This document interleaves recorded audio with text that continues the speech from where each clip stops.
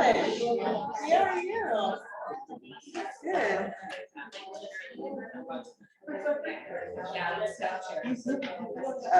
Great. That's fine.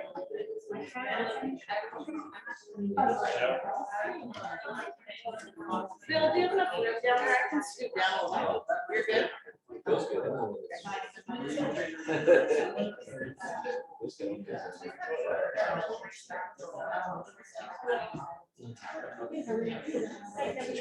Hello.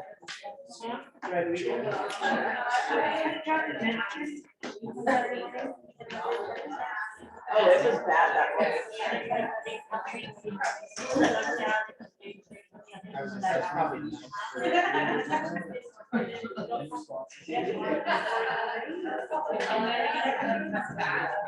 I neglected my yard so poorly. Because I won't do yard work insurance or anything. I'm a fair weather gardener, unfortunately. I don't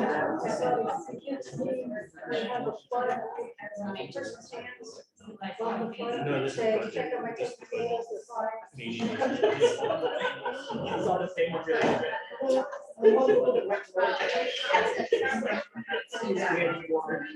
My friend at work lives in her house is better than I met. And she planted her garden like last weekend and she's like, oh, it's underwater.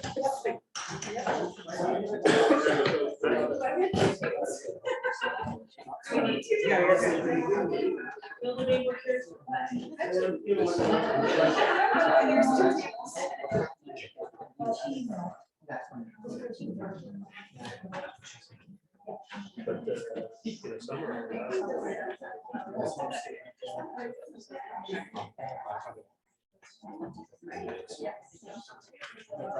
For fun?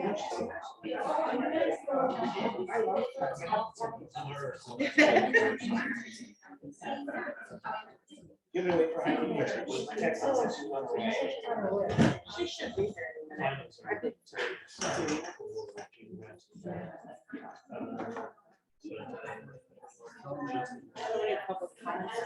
I didn't see it in the top 10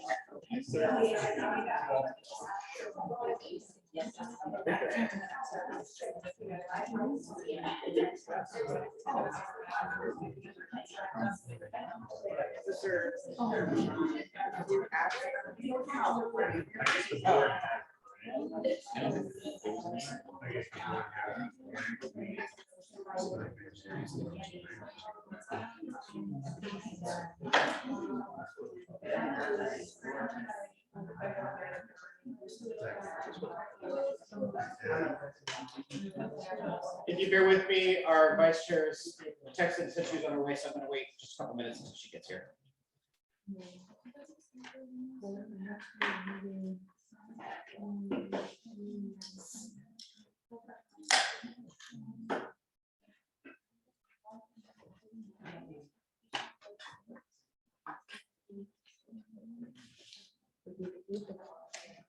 Would be our.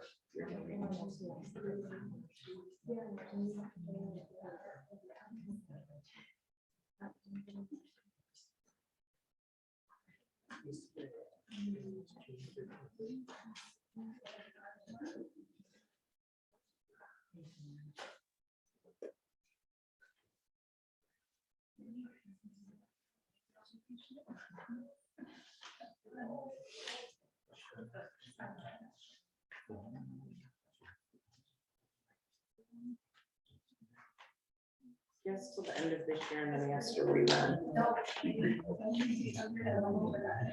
He's been married for 10 years. I don't know. I'm not sure. He's waffling, so I don't know if he's going to or not. The city has to hurry up and decide. Bill, do you have anything else to say? Okay. No, it's kind of bad. Everybody's working. I figured that we can chat. Only thing at OSBA is just a summer board conference coming up.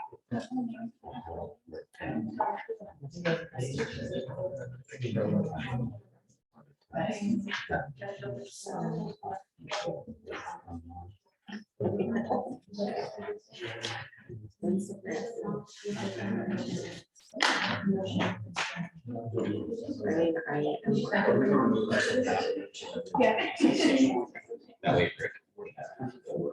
Yes.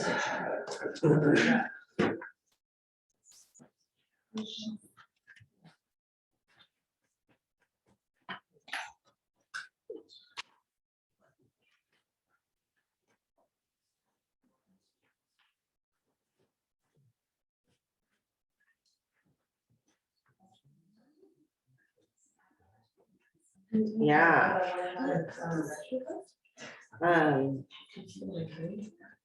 Yeah, he is. He's not like any of us. He's super introvert, probably won't speak to you if you make eye contact, you know, that kind of guy. Yeah, severe introvert.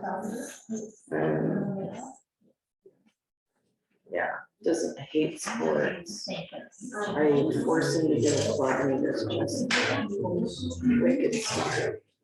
Wicked smart. You know, and so part of it is he's always been really. I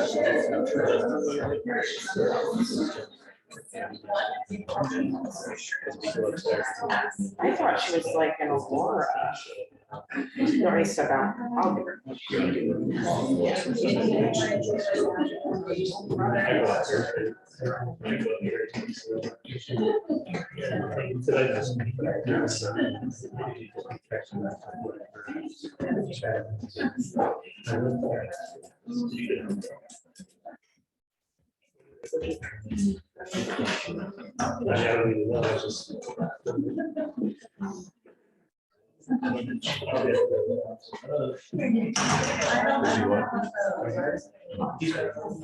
Oh, I didn't do it. Yeah.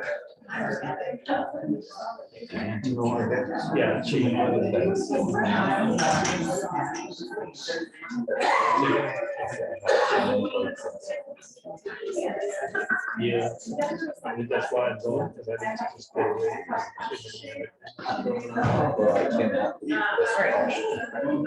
She's parking. She said, go ahead and start.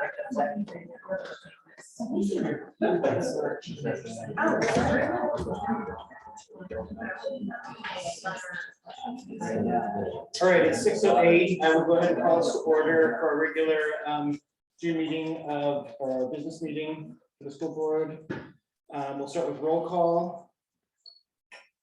Sorry, Greg, are we ready to go? Yes, we are. Okay, sorry. No, that's fine. So we can jump. Yeah, clarification. Is Chrissy with us? I'm here. Chrissy, I'll take that as a yes for your roll call then too. Thanks. Bill? Here. Richard? Here. Ricardo? Here. Crystal? Chair is here, I just not, when she gets here. If you guys will join me in flag salute. I pledge allegiance to the flag of the United States of America and to the republic for which it stands, one nation, under God, indivisible, with liberty and justice for all.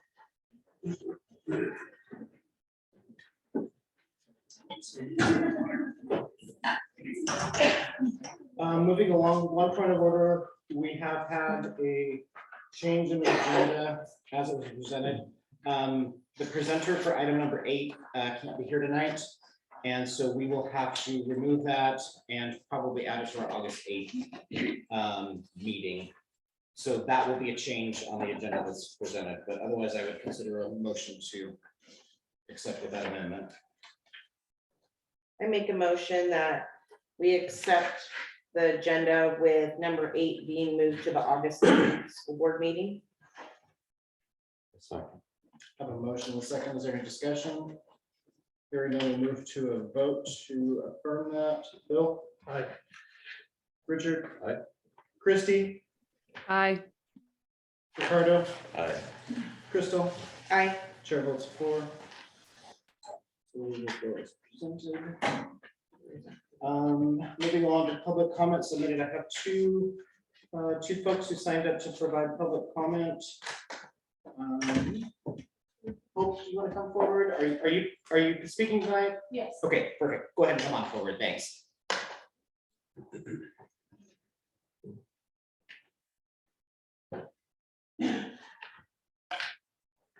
My name is Hope Jessel.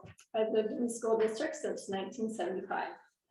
We've all heard about the 3 R's. Tonight, I would like to talk about the 5 R's facing the district. Number 1, reputation. What has the past reputation of the North Marion School District been? The list of teachers that taught at North Marion for 35 years or more is extensive, many teaching their entire career at this district. Steve Lowy, Hal Byers, and Cindy Jackson, just to name a few. Teachers were happy here. They stayed here and they were proud of our district. That was the reputation. When I attended high school here in the 80s, there were multiple students who lived outside of the district, yet attended school here. Parents sought out this district. They felt their kids would get a better education at North Marion. That was the reputation. What is our current reputation? This district is falling apart right before your eyes and under your watch. Many teachers are interviewing elsewhere, and some have already accepted other positions. Teachers are stressed and morale is low.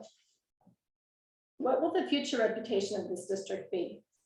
The future reputation of North Marion School District is in your hands. Your decisions will directly shape how people perceive our district. Will it be a reputation that you can be proud of? Will teachers want to work here?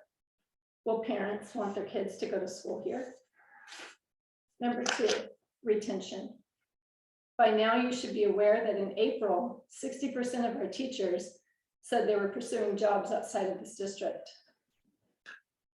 I don't understand why you haven't seen this as a crisis. 60%. You should be embarrassed at that percentage. I am worried about the quality of education North Marion will be able to provide if the district suffers a mass exodus of teachers. Have you looked at studies regarding the negative effects that teacher turnover has on students? If teachers leave, our students will suffer and will not get the education they deserve. 3, reasonable contract. Our teachers have gone 347 days without a fair contract. 347 days. That should also leave you feeling embarrassed.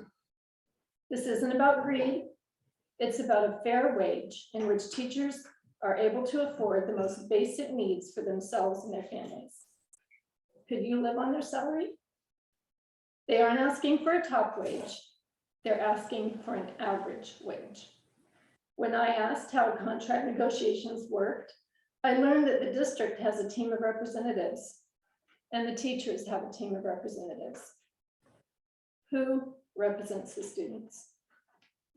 Who is on their side? 4, relationship. With so many teachers in attendance at the last board meeting, I wondered why more didn't speak. And here's what I've learned. Our teachers don't feel heard and they don't feel valued. I'm wondering if my words are being heard. Has anything I said so far tonight truly caused concern? Will the community get answers to the questions I've asked? 5, resolution. This is not just a conflict between the district and the teachers. This is much more than about a contract. This is about more than teacher salaries. This is about student welfare. The decisions you make will affect the education of all present and future North Marion students. The division between the administration and the teachers need to be repaired. Administration should be working alongside teachers, supporting and equipping them so that they can give their best to our students. You should be on the same team. You should want better for this district, better for our teachers, and better for our students. Our teachers are the backbone of this district. They are loyal and dedicated.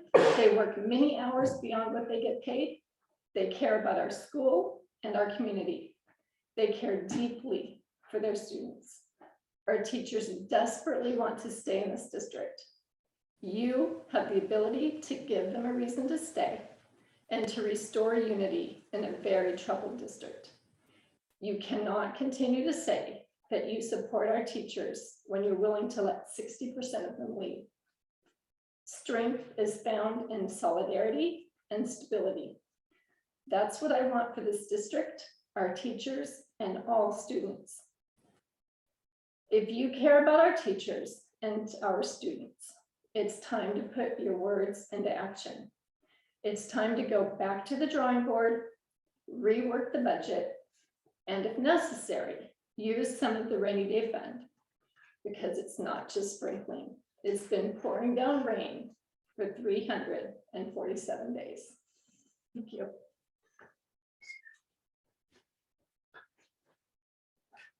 Darla?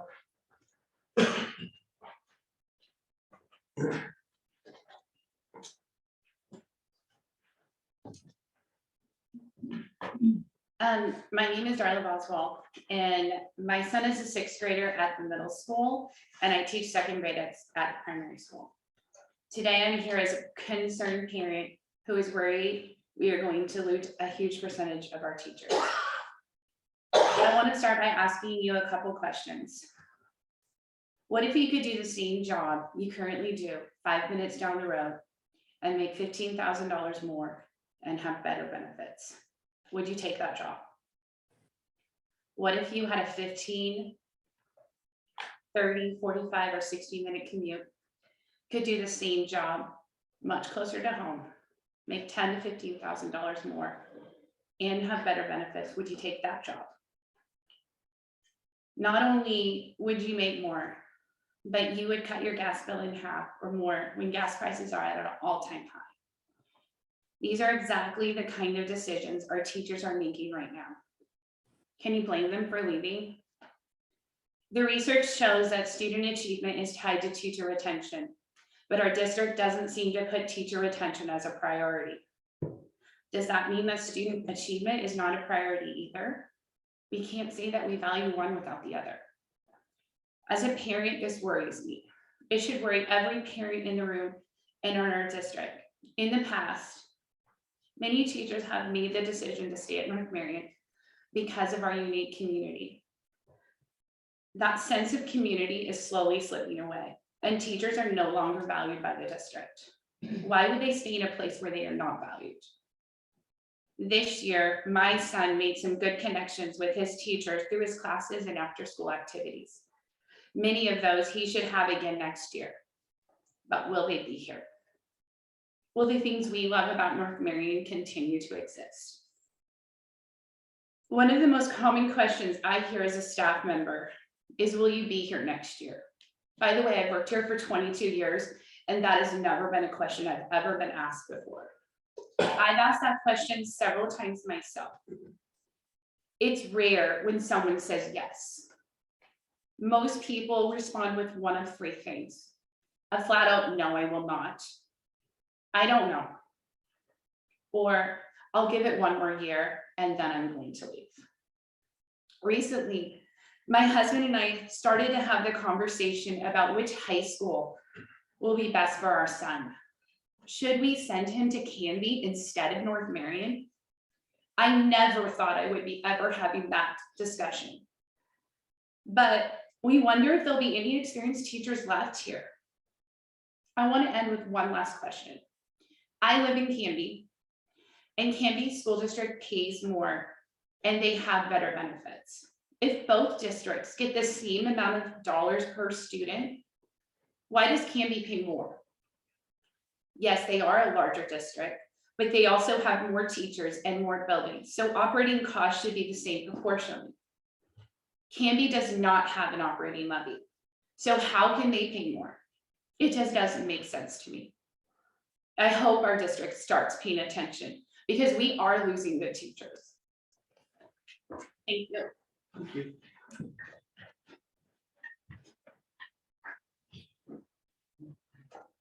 Moving on. I'm sorry, speak I up. put out a public comment. Paper should know it. We'll work on the list.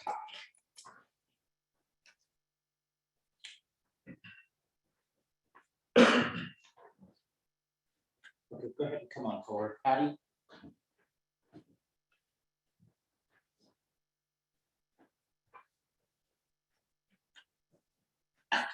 My name is Patty Reeves, and I'm the counselor at the primary school.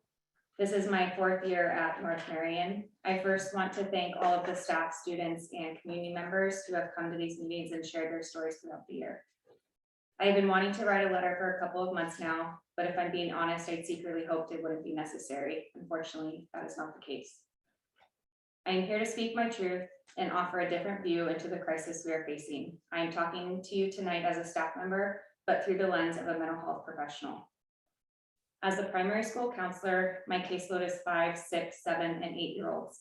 With the amount of students at our school, I am not able to identify every student that might need support. The students I often miss are the ones with no behaviors or the internalizers. In simpler terms, these could be students dealing with anxiety, depression, poor self-esteem, etc. We are in such triage that we are unable to attend to the majority of our students because we are low staffed and all of our resources go to the highest needs. This is where I rely on the teachers. These teachers are my first line of defense. They are the ones that notice the slightest differences in behaviors, the slightest work refusal, and the slightest uptick in avoidance. In my 4 years at North Marion, every single suicide assessment that I have done happened because a teacher noticed something was off. My first suicide assessment I did this year was on a 5-year-old. You may have heard of the term ACEs, or adverse childhood experiences. There are 10 types of trauma that are considered an ACE. The higher your ACEs score, meaning the more ACEs you have, the higher chance for chronic health problems, mental illness, substance abuse, and even early death. However, the CDC states that the single biggest factor for developing resilience after experiencing ACEs is this: 1 committed adult in the child's life. 1 committed adult can change the life of a child affected by ACEs. Those teachers I spoke about being my front line, those are the committed adults the CDC is talking about. Those are the same adults that are leaving this district because they can't afford to work here.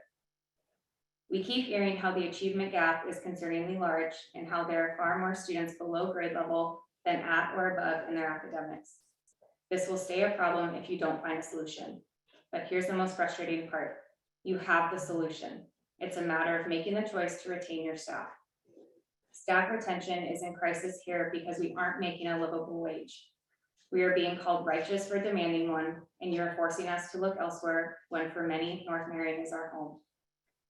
It doesn't matter what curriculum, what professional developments, or what new initiatives we adopt. If you don't keep your teachers, you will keep the problem. Not one person this year has told me, yeah, I just want to leave the district. It's always been, I cannot stay in this district. There is a huge difference. Staff are forced to leave this district because they have to make the decision between working somewhere they love or helping their own family survive.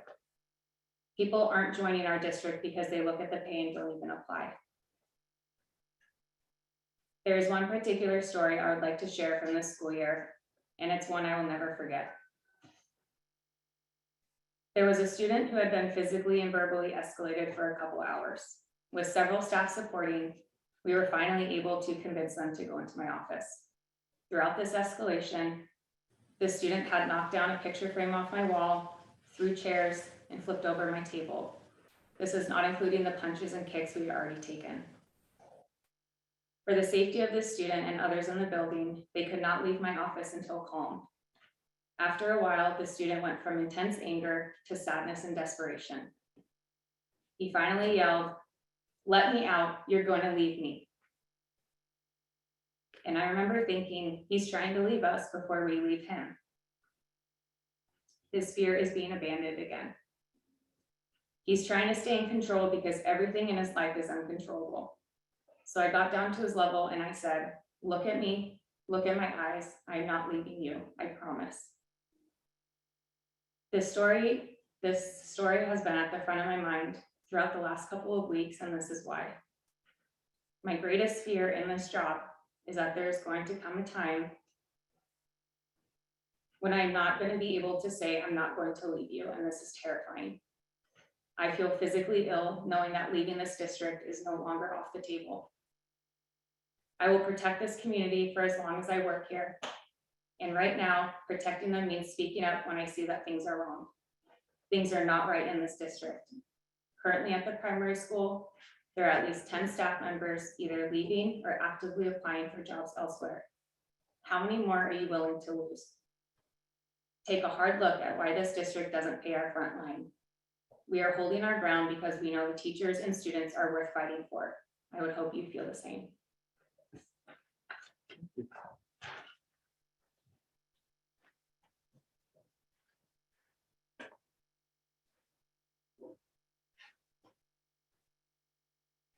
On the board communications side, for those of you that attended, thank you on Friday night. I just wanted to, from the board, extend our congratulations and real hope that our 2022 class has a bright future and has lots of opportunities in all the endeavors they want to pursue.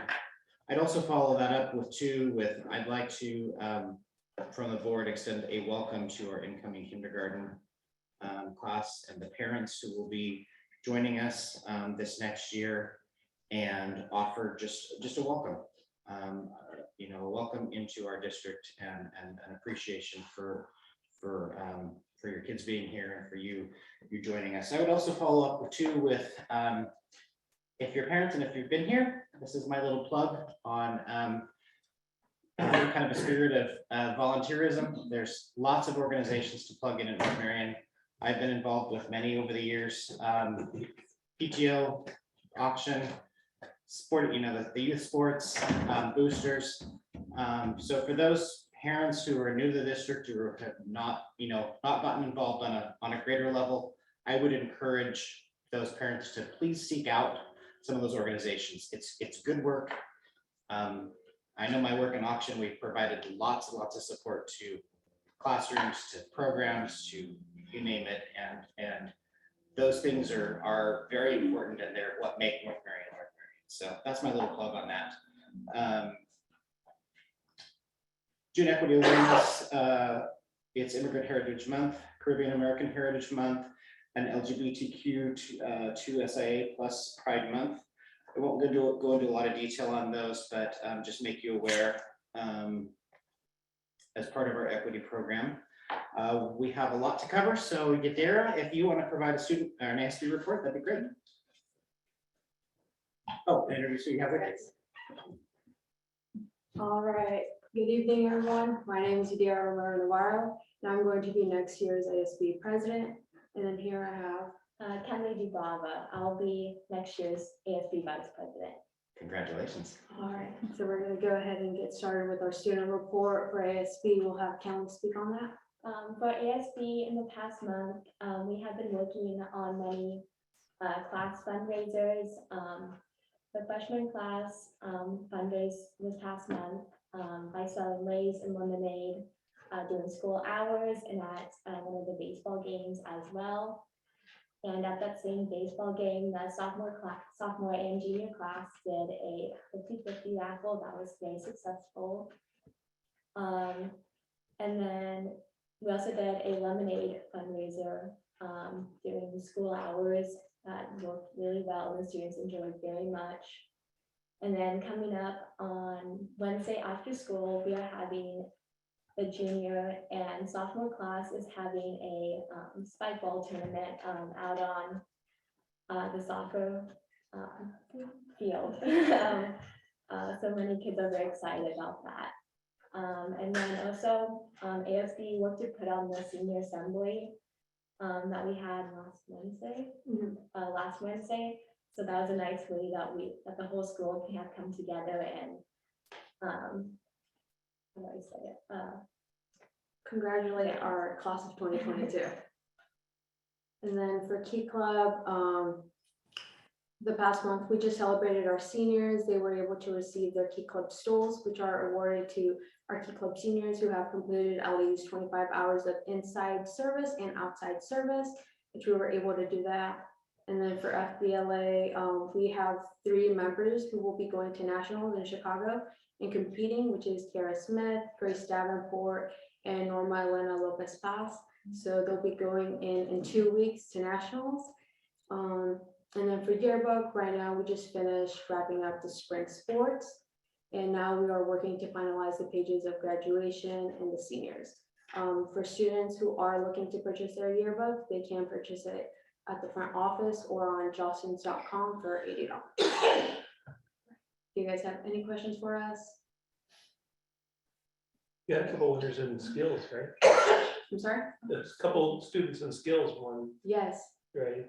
I believe there are 3 members from Skills USA, which is like a robotics engineering club who will be going to Atlanta, Georgia for nationals, I believe. Nice. Good, well, thank you very much. Yeah. We look forward to seeing you guys.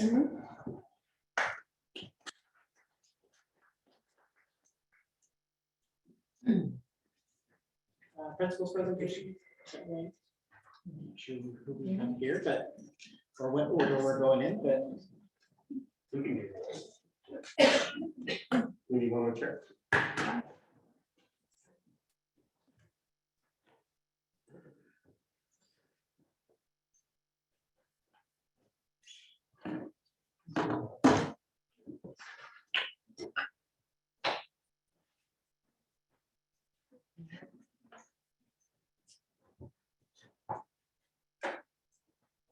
And this is not Corey, this is Irma Patton. She's going to be supporting us tonight. And Corey is not able to make it tonight, but you'll see the results of his feedback. We'd like to start also by congratulating the board, Superintendent Redlinger, and in actually every teacher K through 12 in the school district. The graduation ceremony was beautiful. And it took the effort of every teacher and staff member, board member, and administrator to support those students to get to that point. Most of you know I had a senior as well, so we kind of share kind of what that journey has been to those kids. So thank you, teachers, and thank you, board and leaders, for supporting kids on that journey, which been tough for them. We know we have some work to do as a district and as leaders in the school, but tonight we want to suggest we kind of follow the notion in our presentation of the story of the 2 wolves. I know you thought those were huskies. I know they're not huskies. Actually wolves, they look kind of like huskies. But most of you are probably familiar with that story of the Native American elder who had his grandson come to him one day, and the grandson was sharing, the notion that there seemed to be 2 wolves, living inside me. And one of the wolves is the wolf of despair and hopelessness and anger and greed and jealousy. And the other wolf is the wolf of hope and empathy and understanding and working together and possibility. And the young man is saying, grandfather, which wolf will live in this battle that they're having, within me? And the grandfather shares, it will be the one you feed. And we're suggesting tonight that we would like to feed notions of hope and possibility. We are going to be sharing results that that definitely at times concern us, but we also know that we're doing a lot of growing, and we're very hopeful for this school district and where we have the opportunity to go now that we're back together. So thank you for joining us. And then I want to click this, but I know that that we're not. The theme for the presentation was, can you share with us areas that you have shown growth over the course of the year, and some of the typical data points and things that we might share when we're thinking about how we've grown are less valid this year for many reasons. And we wanted to share that, it has been a year of growth and learning for all of us, because every one of us have been actually in an unprecedented year of school. Everything that we're doing this year, even things that we've done many times before, have been done under new conditions. And, without kind of reading everything to you, we've just had to learn new ways of being together in school. It's one thing to come back, with, 4 or 6 people in the classroom. It's another thing to come back, and you think about it in high school and how to figure out how to administer the health and safety protocols we're given with 600 students, in the school. We had to learn how to do that. Teachers have had to learn, how to teach classrooms, with students under conditions that they've never had to teach in before. All of these health and safety protocols are challenging and take a lot of effort, to implement and to monitor and keeping kids safe.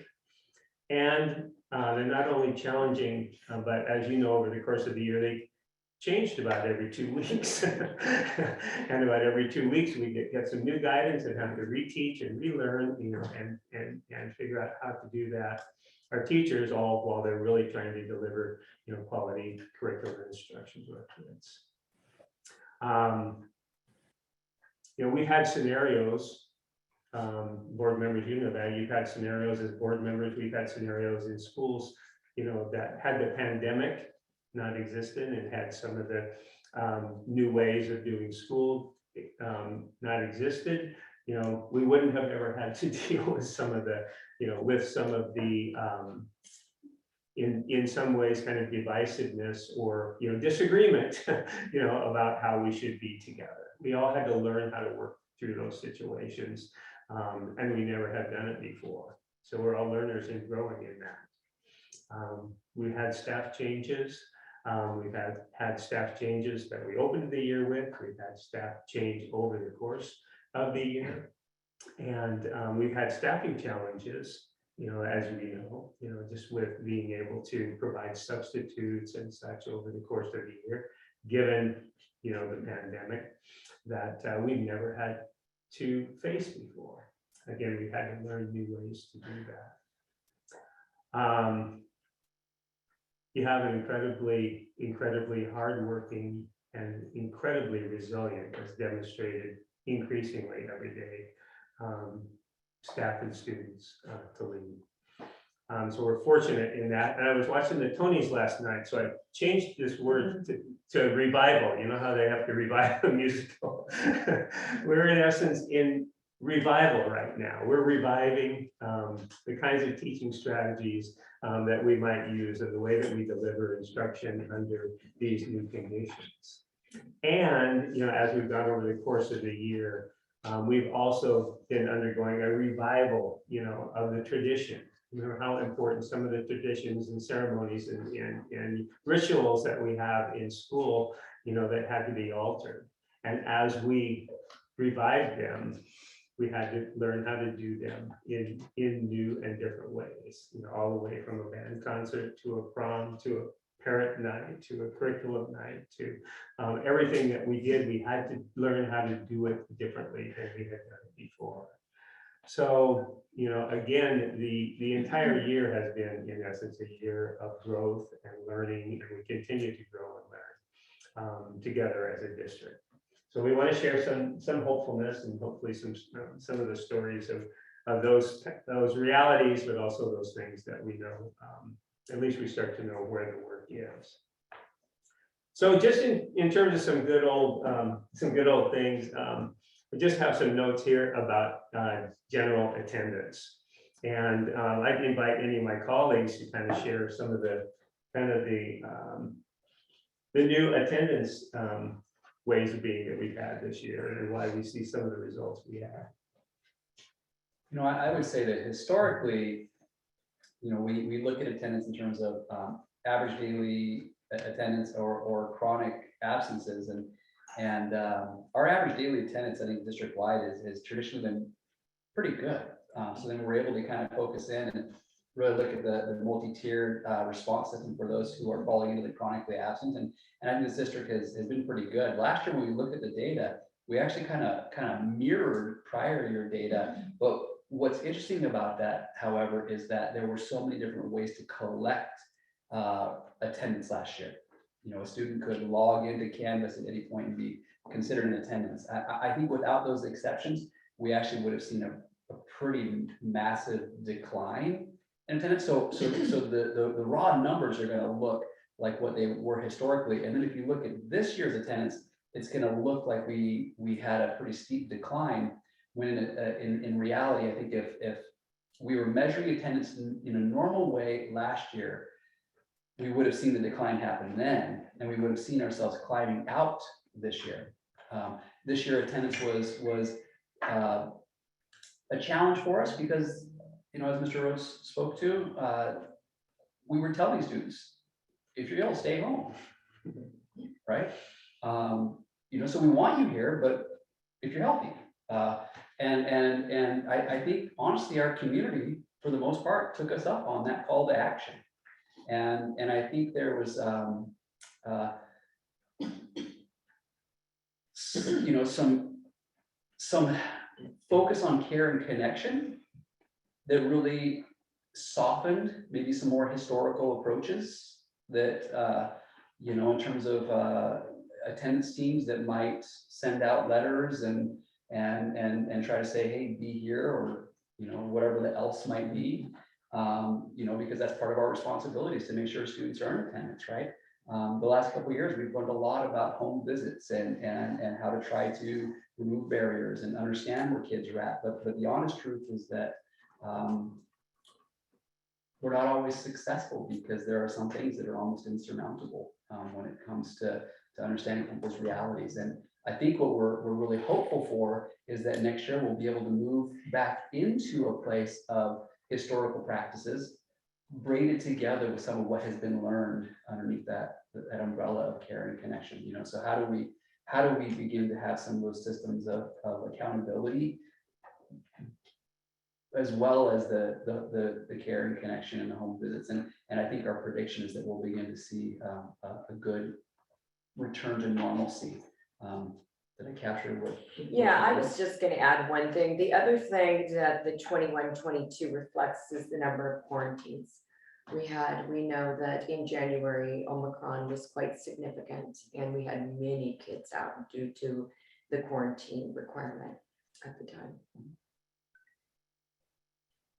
Yeah, it seems like a long time back, but you remember in the fall when we started, those quarantines were 10 and 14 days, sometimes 21 days, depending upon when someone might have had an infection. And we also noticed that our attendance was not strong in our online programs. So that was also a place where our overall attendance was even a little bit lower than this. That was true, at least in the secondary.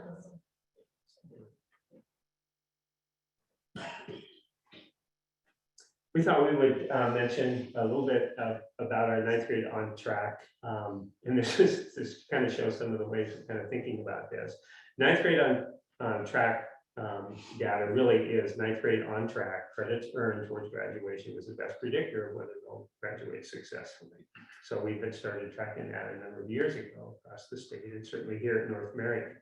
The on track measure was 6 credits, you know, earning 6 credits in the freshman year. That's the measure that the state uses, and that's based on their 24 credit graduation requirement. We looked at last year, we made a little modification, you know, for our students to say, well, what is really on track? And so what you see here is some data for 5 credits, because as you remember, we offered one less opportunity to earn credit per term for students last year. Because when we were in CDL, rather than offering 5 courses, we offered students 4 courses. So we looked at the number of students that were had earned at least 5 credits out of the possible 6 last year. You can see when we came in, there was some level of concern because we were down considerably after CDL. So this year we have tried to move after it again. We're continuing to work on that and try to get systems in place. We looked just recently at trimester 1 and trimester 2 ninth graders this year.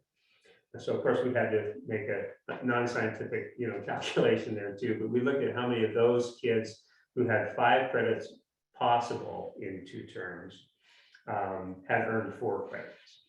we kind of consider that they probably would be on track. And we see now that there are 75% of those students on track.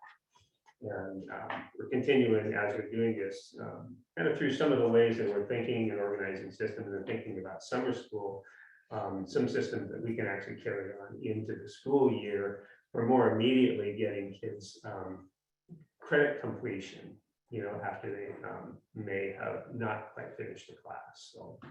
So that's where we are right now. And again, we look forward to our systems being more refined as we work through the summer. I think right now we have about 100 students that we're having conversations with about attending summer school. So for some credit completion. So, we've got those systems kicking in and we'll get better at that and they get more efficient at that as we move forward. We thought we'd kind of share what we might share in terms of successes in math and language arts. So. I'll start. We looked in the 2021. We have an 8th grade that can get Algebra 1 credit. Of the 22 students, every single one's earned a full credit in Algebra 1, and that helps with our advanced math classes. By the time they get here, they're able to get into that level because they have the lower one done at the middle school. In comparison, in 21-22, Algebra 1, same thing, 100% out of the 18 students. So fewer students in Algebra 1, but they all are earning credit. We looked at 9th grade A, B, and C in 2021. So 80%, 68%, and 82% has earned credit. For this year, we're on track even better with 85, 83, and C has not came in yet. 9th grade geometry, these are those kids that have earned 8th grade credit the year before. 100% has earned a full credit in geometry, A and B, and exactly the same for this year's 9th graders. 10th graders, geometry level, 87 in 2021, 93 in B's. And again, we are increasing those numbers by 94 and 94%. That's missing the kids that are taking B this trimester. So there'll be more data there. And same with Algebra 2, 95 and 100%. And this year it's 100 and 100 who has earned credit. So we're going in the upward trend. And I believe in both data, even 9th grade on track and this math and ELA attendance makes a difference. When they're here, they learn. I'll go ahead and speak to the middle school. The data that we used was through the iReady math diagnostic. I'd like to speak to the 8th grade success. I believe in part, a lot of that had to do with the fact that many of those kids attended our summer accelerated bridge Avid math class, and they found great success with that. And that also occurred with our 7th graders. And I'll point to that a little bit later. iReady Math, our diagnostic 3, that was hybrid. We had 220 kids take it. Many of them were taking it at home. Many of them started it and didn't really finish, things like that. So our data does not look great. It's 2%. We're at or above grade level. But if you go across to this year, we're now at 16%, which still is not great, but it's growth. And this year was less than perfect. With the way we started and with the pandemic and having to pause school because of the number of exposures at one point. For 1 grade level below, we had 8% of our kids on the D3, but this year it's grown. And that's what we want to see. We want to see that yellow zone grow so we can see that our kids are inching up. 1 grade level below, we can get them up there. Finally, the real alarming one was 91% of our kids on D3 last year were 2 or more grade levels below. They were in the red zone. Now we have shortened that to 69%. It's far from ideal, but it's better. And we're convinced the programs that we have in place are going to make a difference. I can speak for the primary school. Last year, again, it was super challenging. Our youngest learners, kindergarten, first and second grade, doing comprehensive distance learning at home was fun. But we had, that's what all their parents told us, right? It was a very normal piece. We had our students, the amount doubled that were the beginning of the year to the end of the year that were on track. So, that was really great for what we had last year. This year, we started with 2% of our students on grade level, and we grew to 19%. And even though 19% is still, on the lower side, that is an amazing amount of students that grew to being at grade level at the end of the year. And I attribute that to, our teachers' hard work, and we've been working with Teachers Development Group again. This year, they came in and worked with teachers and students. That might be a little bit what's going on. Next slide too. But we know that we have room to grow our youngest mathematicians, and everybody's ready for it. But I think the celebration is that we did see so many kids reach their goal at the end of the year. I think those are a lot of mine that are listed right there. So just along with Allison, our professional development systems are going to remain strong. We're not going to deviate from them. They're just going to get stronger. We have 13 staff members, that's half of our staff members going to Summer Institute to get extensive training in AVID math strategies and writing and ELA, and actually culturally responsive training. We have a new adoption process happening this year. We're ready for it. It's time. We also think it's going to make a difference. We are going to quality interim assessments. So we used to use iReady as our interim assessment. We're now going to go actually to the OSAS portal. We believe that their systems are better aligned with our standards. We're going to be able to have some interim assessments so we can systematically provide kids with real feedback. And lastly, what we discovered on the SBAC was quite fascinating. Our 7th grade students, they did about the same on the computer adapted part, but when they got to the performance task and they they got to the part of communicating reasoning, their scores just grew. Like it was astronomical, the difference.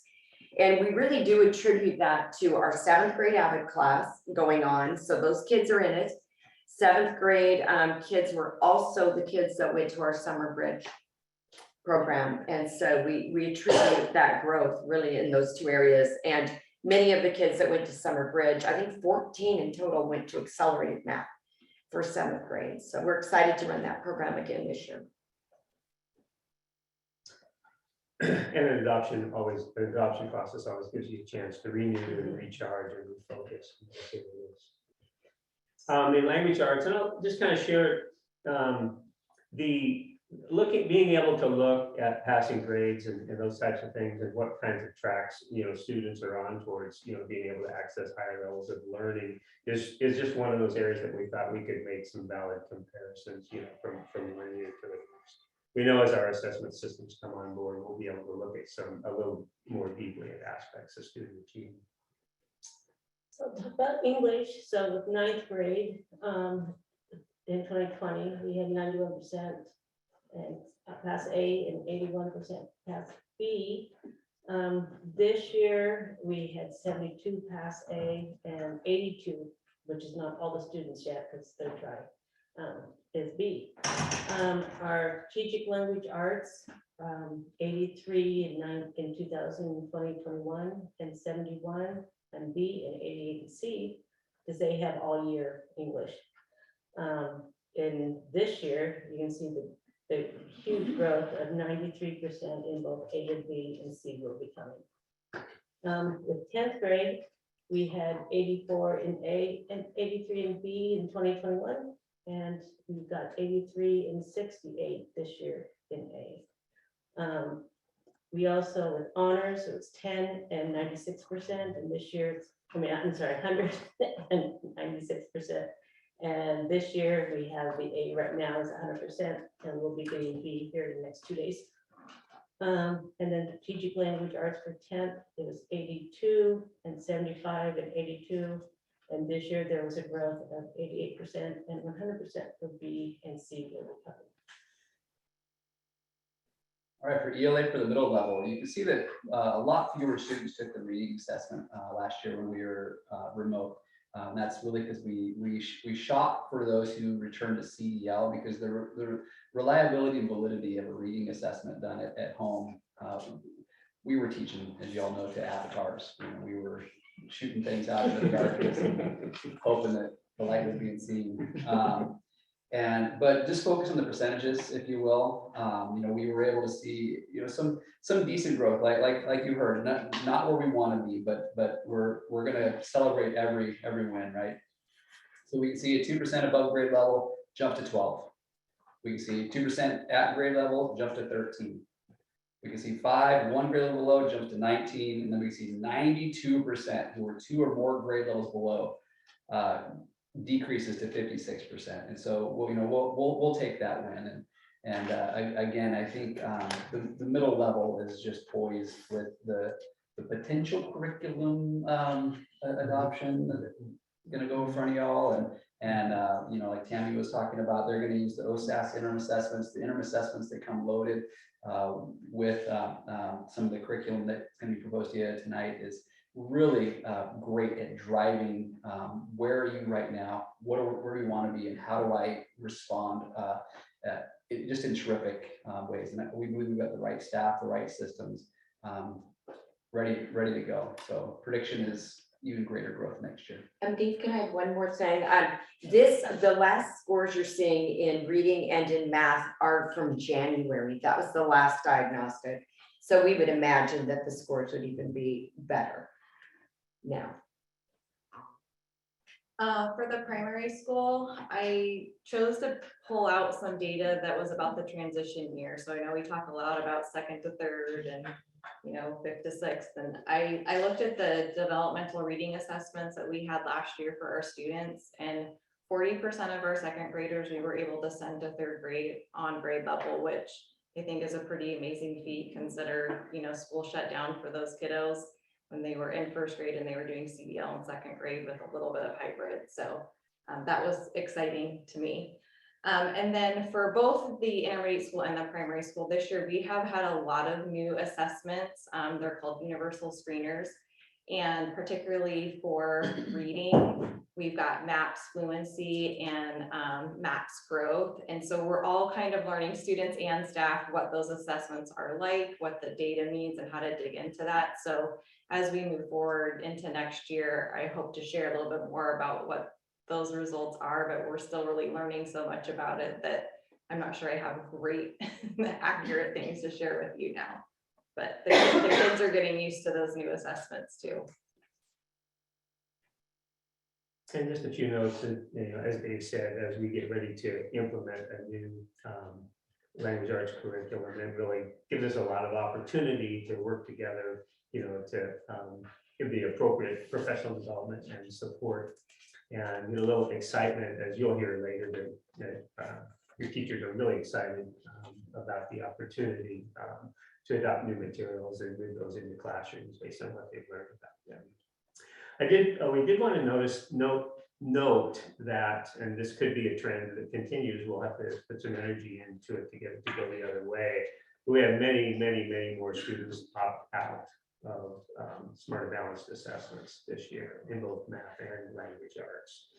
So that starts to, you know, make the ability to use that data for some things, you know, kind of makes it less valid. So we have to really kind of think about how we use SBAC data in the future. I'd like to add to that, at the high school, it was a large number that had opted out, mostly because it's not needed for the essential skills as a requirement. And so to help relieve the stress level on the kids, the parents had opted out of both English and math, and a couple out of science. And at the middle school level, it was about 15 kids that opted out.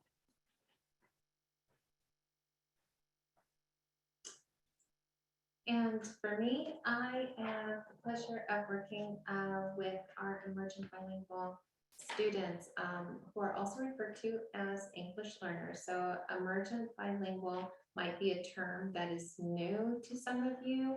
And what the world of education has come to realize is that we're really focusing on the assets that students bring with them. And so we've kind of shifted from English learner to emergent bilingual, recognizing that students who are coming to us already are proficient in one or two languages and acquiring a third language.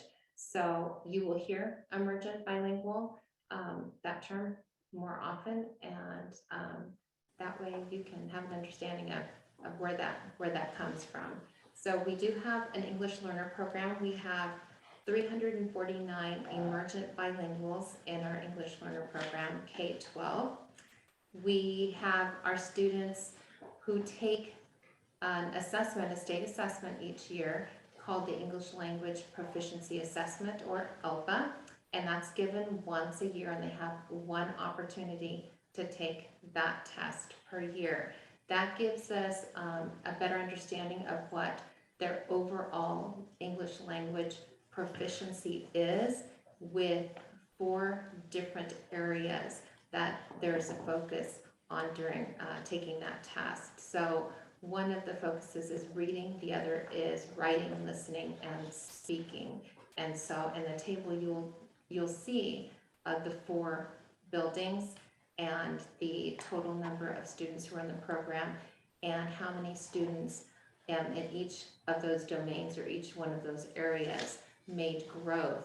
And so one of the things I want to point out is that we have a lot of research around the length of time that it takes a person to be able to go from an emerging or beginning level of proficiency in a language to being absolutely fluent. So it could take 5 to 7 years typically for a student. So when we're looking at the ELPA that's being taken each year, a student won't necessarily make one language level growth every year because it takes up to 7 years. So we always need to consider that when we're looking at state assessments like this, but at least it gives you an opportunity to see how many students did make growth in those areas.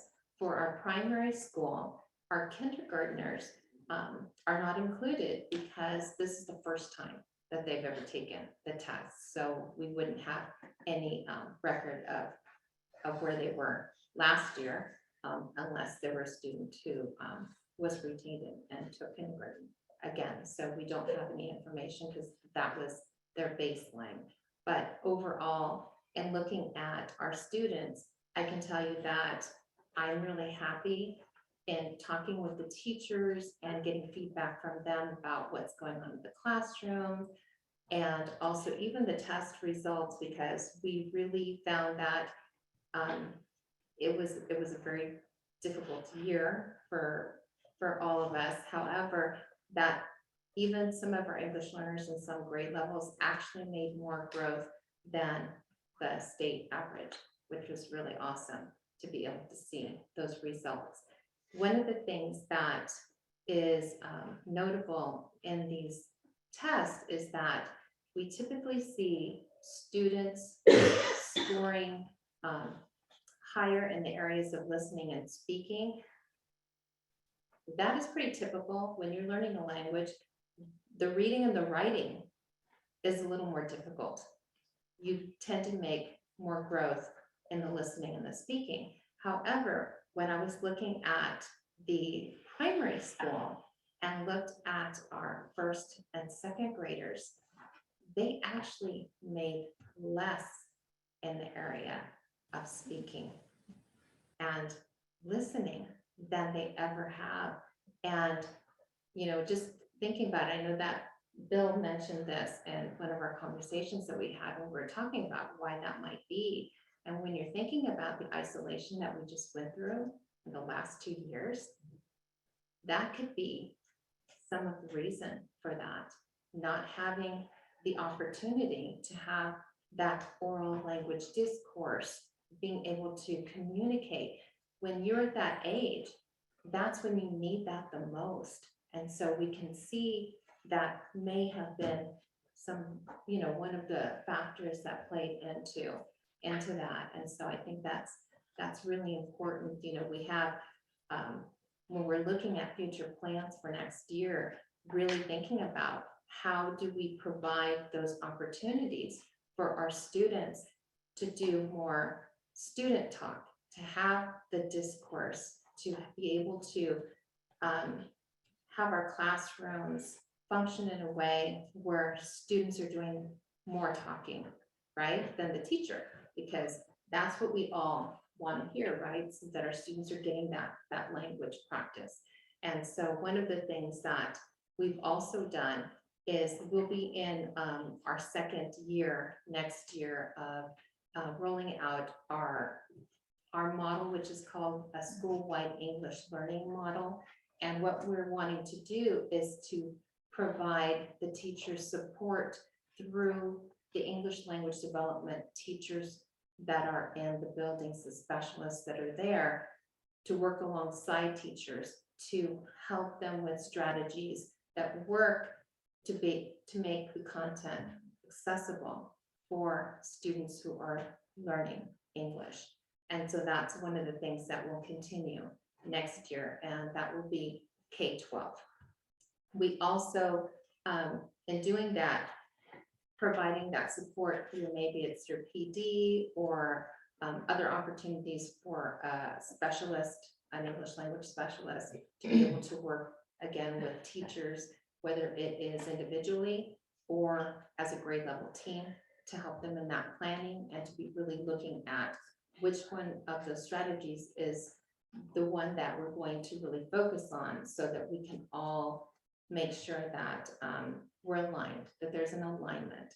And so that piece is really important to us as well. At the secondary level, we're really looking at trying to figure out a way that we can shift our model, our English learner program model, so that our students who have who are identified as English learners have an opportunity to take electives. Currently, they are getting their services in a period class as so there's, how can I say it?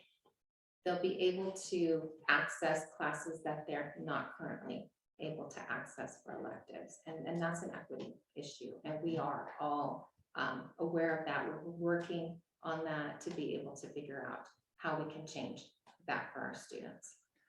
And the last one is being able to have more instruction in home language.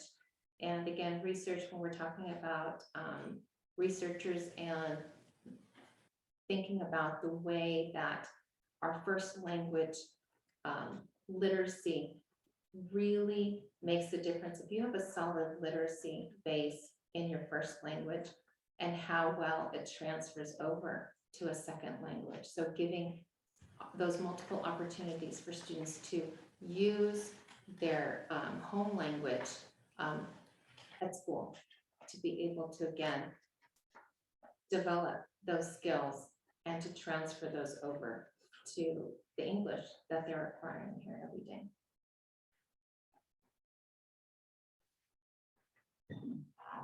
And one other piece of data that's kind of emerging for us, but we haven't had a chance to get deeply into it or make sense of it, is some data that's important to us around, accessing student voice and how they're experiencing school. And Dave has been kind of our champion on that. So Dave, if you want to go ahead, maybe just and share a little bit about what that's.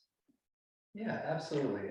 We want to make sure that we are giving different stakeholder groups the opportunity to really speak into what their experience is. And so, through a partnership with the ESD, we had an opportunity to really proctor and deliver the Youth Truth Survey to our community, our staff, and our students to gather specific data. And like Dr. Rose was saying, we haven't really had an opportunity since the delivery of that to dive into it, but that's some summer work for us. And we're really hopeful that as we prioritize how to hear voices, like, and all voices, not just the ones that we normally hear, but how do we create intentional opportunities to seek out. I think it might have been Bill that taught me this expression a long time ago, which is you cast a net, and if you don't catch what you're looking for, you go spearfishing, right? And I think that was you. You know, that's what we see this survey is doing. It's giving us the ability to do a little bit more spearfishing and get some information from other folks that we're hopeful to be able to really dive into this summer and see how does that change our service models or impact our service models and start to kind of guide our work moving forward. So I think we're really excited about this. And one of the pieces where we may end up going with this is, I know nobody likes to hear the word survey. I was telling some of the new amazing people I get to work with back there, maybe we'll reframe and just call it like inquiries or something, you know, like fun questions. I don't know. You know, we can begin to start to craft and hone these things as we start to gather data to kind of drive responses. We can then actually start to measure how our response is doing and how are people feeling about that, and continue to utilize this tool in that way. So it's exciting, and it also gives us data in terms of how are other districts around us that are asking similar questions. You know, how are their responses compared to ours, and so I think it's kind of a neat tool for us. Yeah. And moving on, we just we put together a series of slides. One of the things that we said initially was that everything that we did that we used to do before, we actually had to relearn how to do it, and it's, we had to do it all under new conditions. And there were other things that came up that that we haven't necessarily experienced as leaders and in our work together, and we had to learn how to how to navigate. We had to learn how to work through it. So there was a lot of learning in all of our efforts. So we just have some, we just have some images, of some of those things. And just an example, if you go back one slide, I'm not sure who's driving, Diane or the service dog was a great example, here we found, that there was going to be this great opportunity for a student, to have her needs met, with the service dog. But we're all like, well, we've never, what do we do? We've never had a service dog on campus. What's that going to be? And, we all had to learn, how to do that. And this was over and over and over again. And, under the kind of under the pandemic conditions. So our professional learning systems roll along. I don't know if anyone else wanted to share anything about some of those new learnings at school.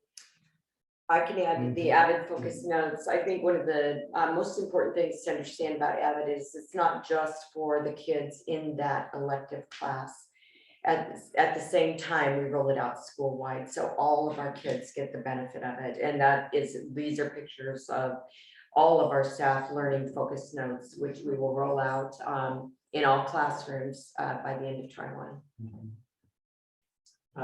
There was a lot of hope and concern about whether, you can go ahead and go to the next slide, a lot of concern about whether kids would be able to be involved in some of those things that we hold so near and dear. And I just have to say, every time you see these photos, it certainly brings to mind, to me, the hard work of the students and their teachers and advisors, that help you get them to that point. And again, there's just a lot of teacher effort behind each of these photos of students being involved in those programs. I know some of it you've seen before and heard before. You can go ahead, I think, and go next slide.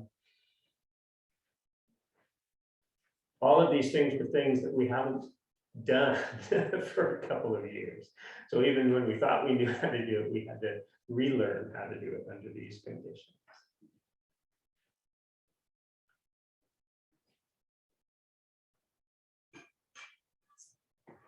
Some images here, these are certainly from the high school. We got a middle school one there, Chestnut. In fact, I think somebody up there might recognize. her. You know, again, you just look at these photos and the number of students involved, you know, and know the coordination and effort and the consideration of the new logistics, you know, that were necessary to actually be able to do these things. And being able to do these things. As we get closer to the end of the year, we were able to do so much more. And that really helped with the morale of students along with our staff. Because we're being part of the community of the school. And all the activities, clubs, sports, it all brings us together to celebrate our successes. And to offer opportunities that kids had missed out on. If you look at that outdoor school, there's a couple of those pictures there. These 8th graders, these 7th graders missed out on those opportunities. So we had to examine our own values and practice and say, what is it that we really want? We wanted to give experiences to everybody. And so we did outdoor school in a non-traditional way this year. We took every single middle school kid to outdoor, we relabeled it outdoor learning experiences. And we took 3 Fridays in March and we rotated kids through 3 different outdoor learning experiences that were tremendous and super fun. So, you know, these are victories for us.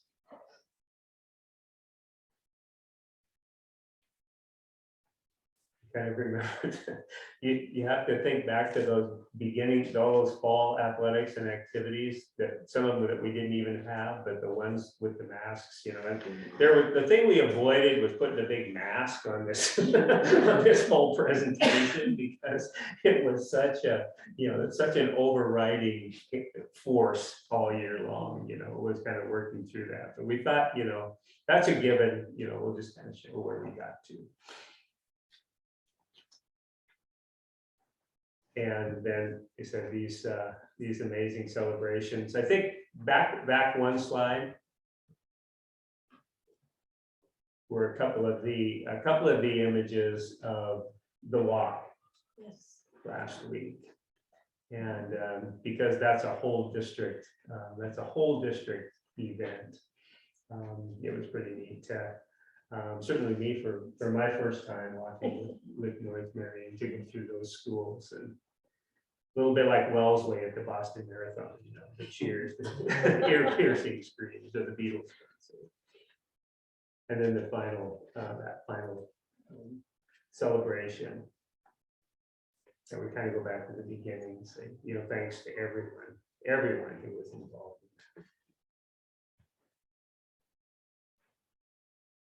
Did you want to say anything about graduation?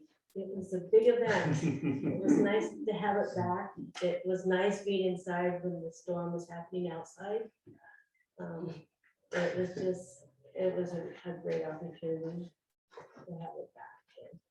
And having the folkloric dancers as part of it now, it's a celebration that we've got to keep going.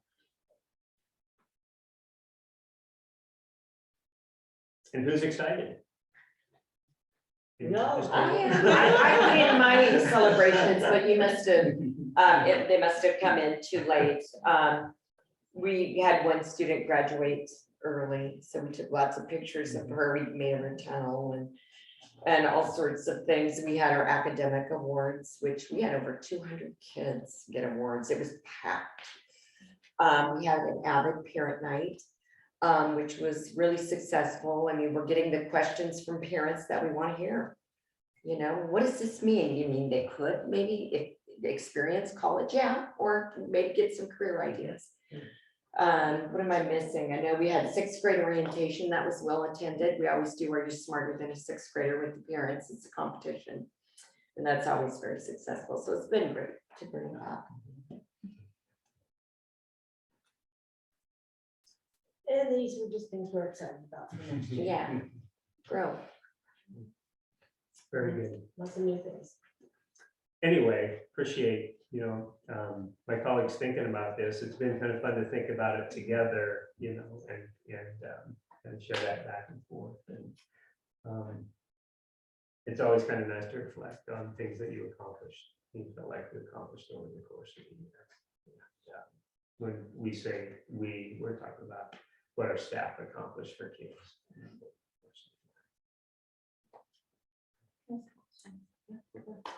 Is this stuff given only in English? It's also given in other languages. It's always something that we look into. And I identified 3 students that needed to have it in Spanish, in math, and you go through a process, it's called STACKed. And yeah, we went through that process. And I want to add one more thing that Ben Bonser did this year. I'm sorry, but it's so important. You'll want to hear it. He developed a heritage Spanish class. So this is a class for our Spanish speakers. That's their first language, but it teaches them literacy and academics in their language. And they get a high school credit, thank you, to you. And then they move on to the upper levels of Spanish and have complete possibility to get their biliteracy seal. It is absolutely outstanding. And then next year at the middle school, we are pushing in our ELs 3-4s. They're not going to have a separate class. They're going to be supported by coaches and they're going to get their electives back. And those biliteracy skills are also identified on our graduation program. Yes. We had a good number of them this year. Yeah, I noticed that this year. Anybody else? I'll just say that I'm excited. I get to participate in just a couple of these programs and after school things, and I know how important they are. And I hopefully be able to let them grow and grow organically and make sure that they're a resource so everybody has opportunity.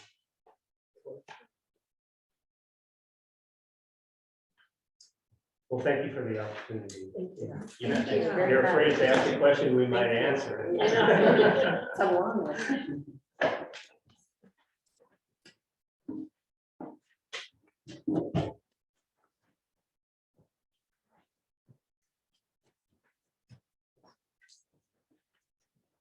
Give Cheryl next. You get me next.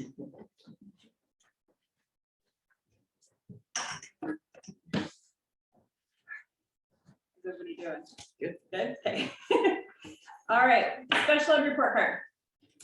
So a couple things to note on the report card. So thinking about this data is coming from our graduates of 2020. So the kiddos that graduated during the shutdown. Okay, so thinking about that. A couple things I wanted to note were the eligibility is happening within 60 days. So those ones, a couple things that happened, we got consent before March 13th, 2020. And then there was a gap of time that we could not evaluate students, and that rolled over into the 2021 school year. So that's where that non-compliance came.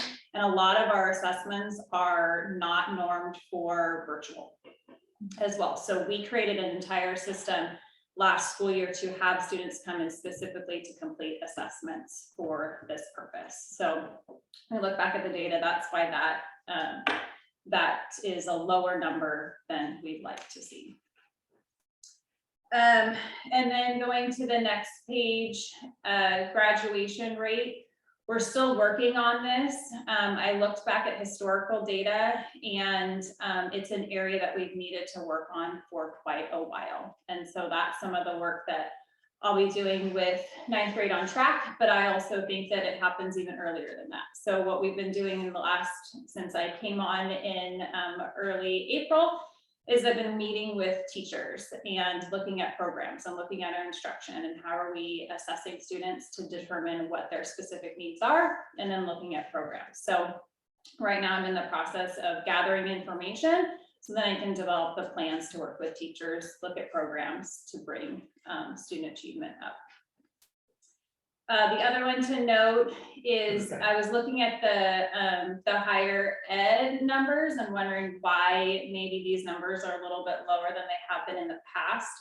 And I don't have specific information on the students in this cohort, but one thing that may have impacted that is thinking about last year going into 2021, a lot of universities were all virtual. And then we had a workforce where we didn't have the ability to work. Everything was shut down. So I don't know if that impacted these numbers, but this is the first time in the report card that I went back to see that we didn't have any students experiencing disability that went into higher ed the following year. And so just thinking about what things could impact that is something to think about. When we look at the state assessment data, a lot of the numbers are suppressed because our numbers were so little and low, because we had a very small number of students actually participate in the assessments. And then that number, we can't even, it's so low, we can't even have that information because it needs to be suppressed because it would be identifiable. So we had a much better participation rate this year. High school was lower, but when I looked at participation rate overall in the district, we had between 85 and 94% participation in grades 3 through 8. So our participation rate for state assessments was much higher overall, which will then support our special populations. So, any other thoughts, questions?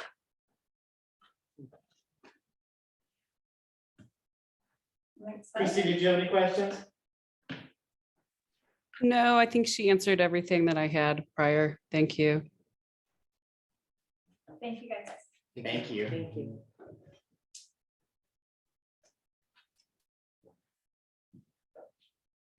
All right, moving on to item 3, our consent agenda. Have we had a chance to look at those items? And if so, I take a motion. Do we approve the consent agenda as presented? I'll second. A motion and a second. Is there any discussion? And then we'll move to a vote. Bill? Aye. Richard? Aye. Christy? Aye. Ricardo? Aye. Crystal? Aye. Heidi? Aye. Chair votes for. That motion carries. Thank you.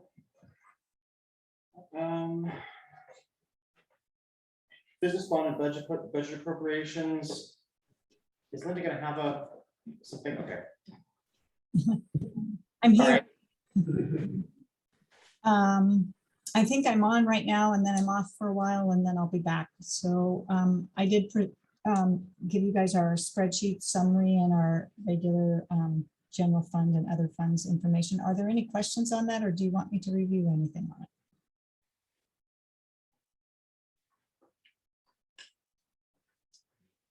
I don't see anybody jumping at it. So is there any updates that we should know?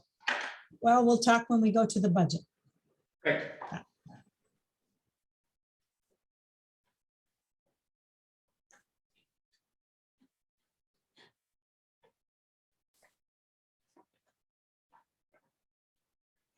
All right, so moving along to number 5, action items. So this is our annual procedural business.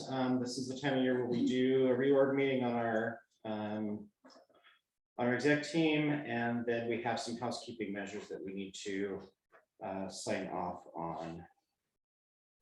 So a little ground rules. I had to brush up a little bit on Robert's rules. How this worked. I think how I'd like to do it tonight is we'll do nominations. I would like a motion to close nominations in a second and vote. We will move to a vote.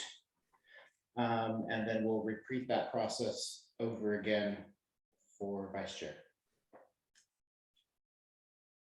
I'll nominate Glenn for chairman for year 22-23, if he's willing. And I'll second that. So we have been nominated. Are there other nominations?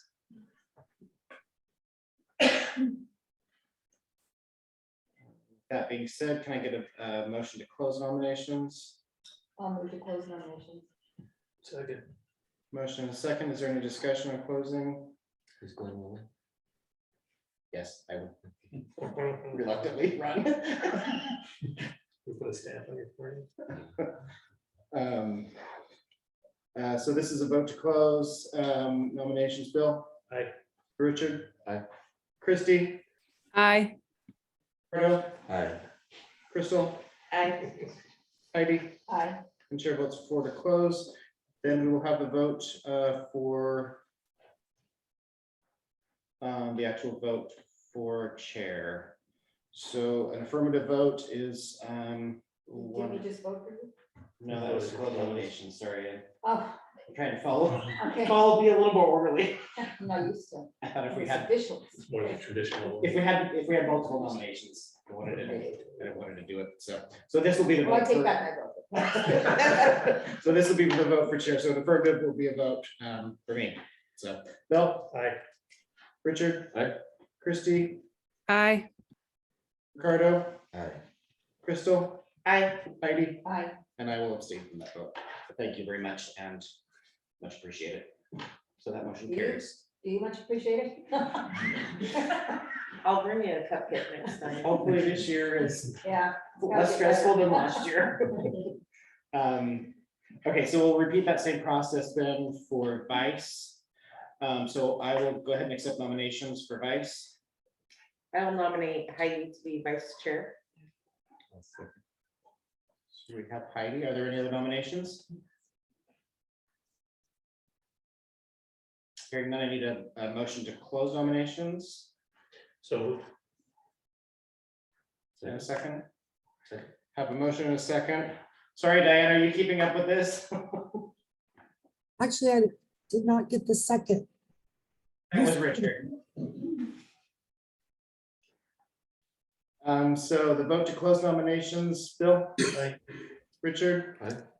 Christie? Aye.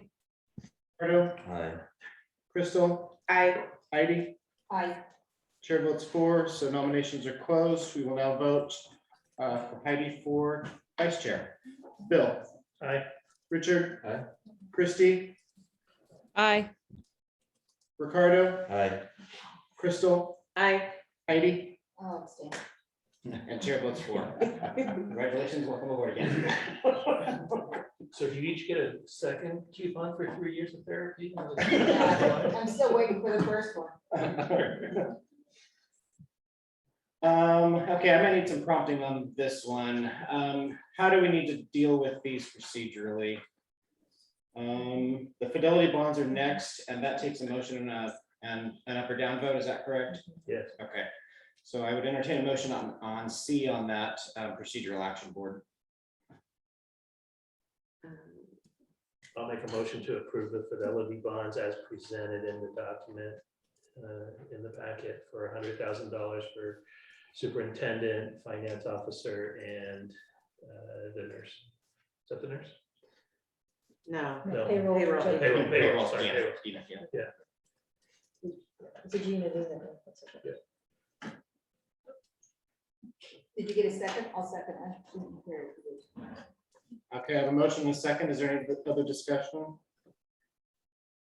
Hearing none, we'll move to a vote. Bill? Aye. Richard? Aye. Christie? Aye. Ricardo? Aye. Crystal? Aye. Heidi? Aye. Chair votes for. That one carries. So item D on that schedule list. Can we deal with that as a presented vote in total, or do you need all those in? No, it's just a total of everything. Okay. And I'll entertain a motion to that effect. Give me a second, I got to hit the wrong button. Okay, I'm back.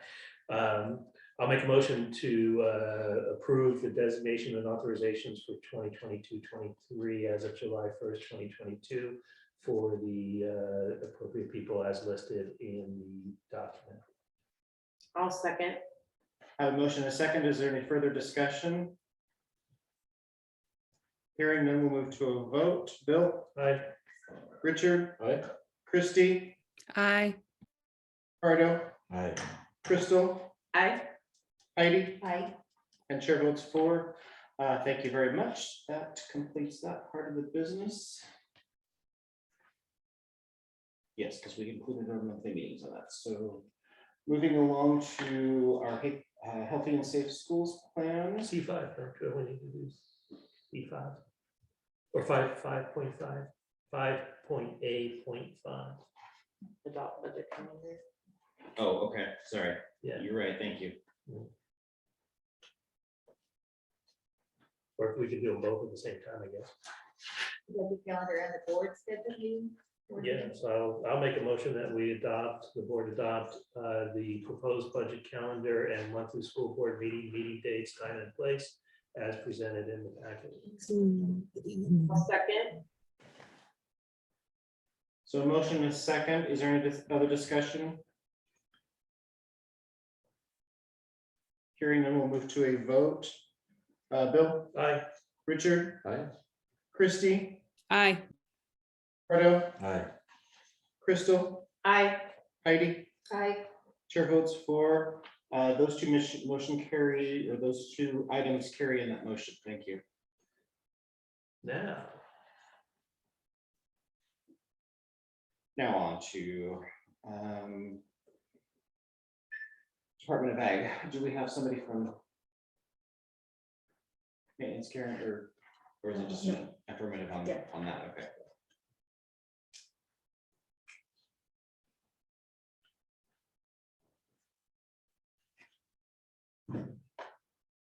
so take a motion that we approve the presented integrated pest management plan reviewed by OSU as presented in the packet. I'll take that as a motion. Do I hear a second? I'll second. Motion is second. Is there any discussion? Hearing none, we'll move to a vote. Bill? Aye. Richard? Aye. Christie? Aye. Pardo? Aye. Crystal? Aye. Heidi? Aye. And chair votes for. Okay, so that looks like those. We have a presentation though on the ELA adoption, so we'll go ahead and turn it over to that.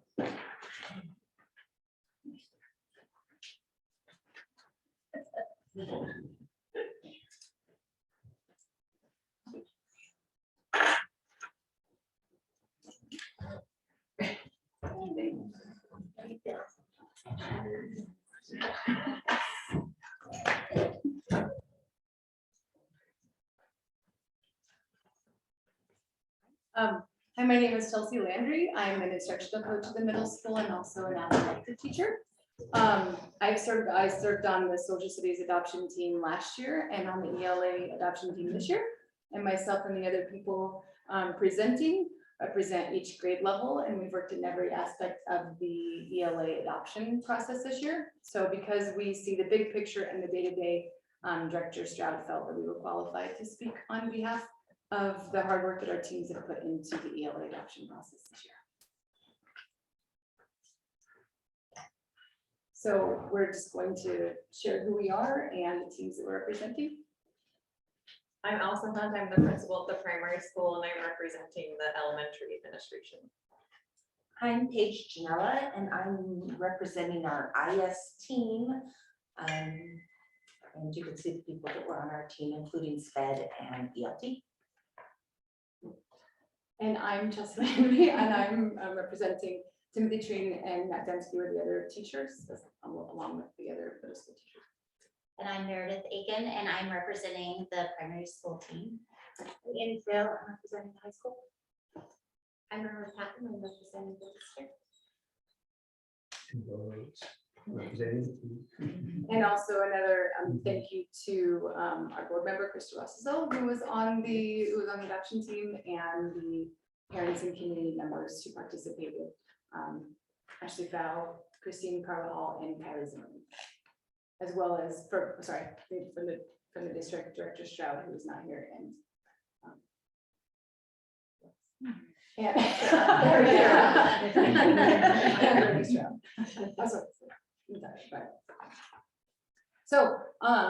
So overall, our goal was to adopt instructional materials in ELA that reflect the needs of our district. The timeline, we began in this fall in September 2021. It's been going on until now, and then it will continue into this next year where we're implementing them, getting trained in the next 7 years where we're teaching them. And then I think that we'll speak to the comprehensive process later, but the outcome is using an equity lens. We're here before you today to make a recommendation.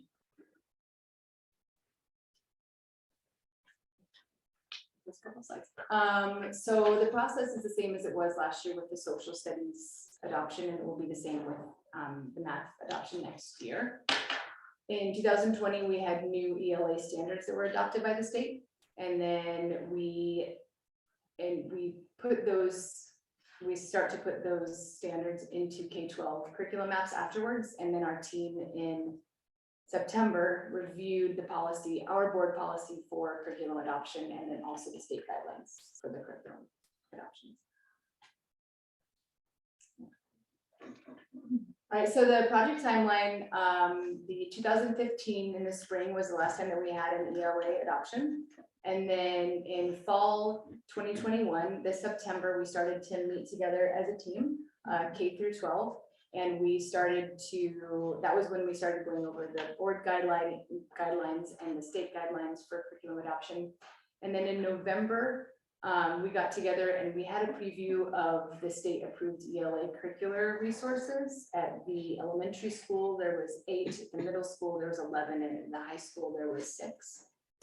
In December and in January, caravan presentations are where teachers sit down and the publishers create a video that says, this is what materials are. We have access to the demos. We have books in front of us where we can start to peruse.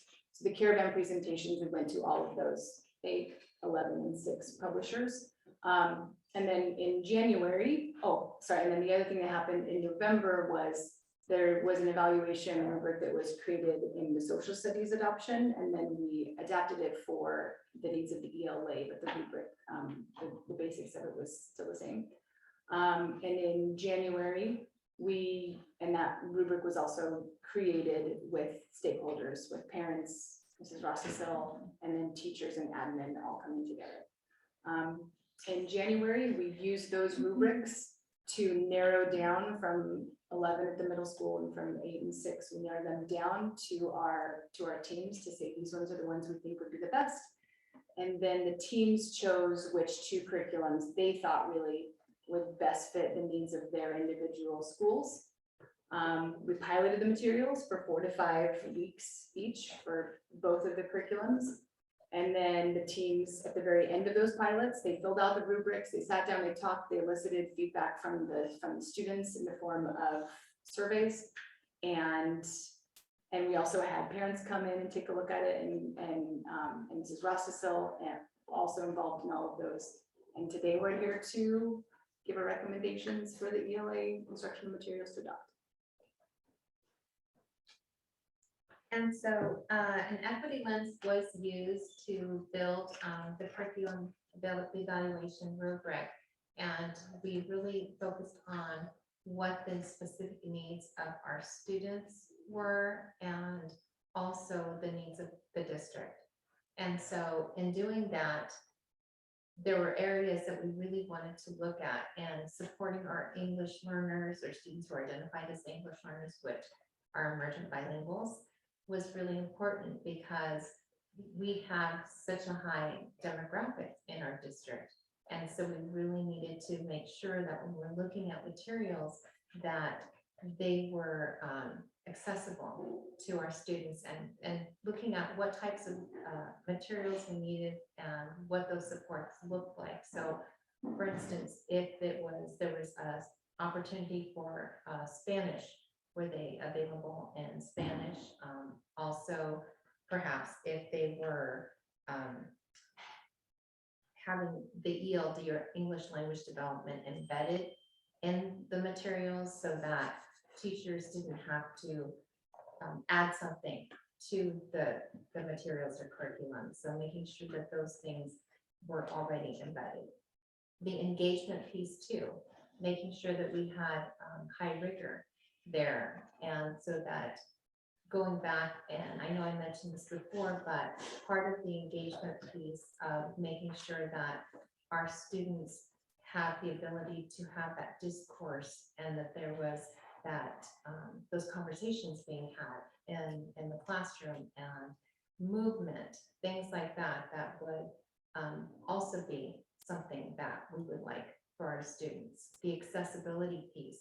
So we have students who maybe need the materials in different ways. So were there tools embedded that would allow our students to access them, whether it was through computer, by voice, different options like that we looked at. differentiation. Again, we have so many students who have varying needs in our district. And so we wanted to make sure that if we were looking at materials, let's think about our students who are talented and gifted students.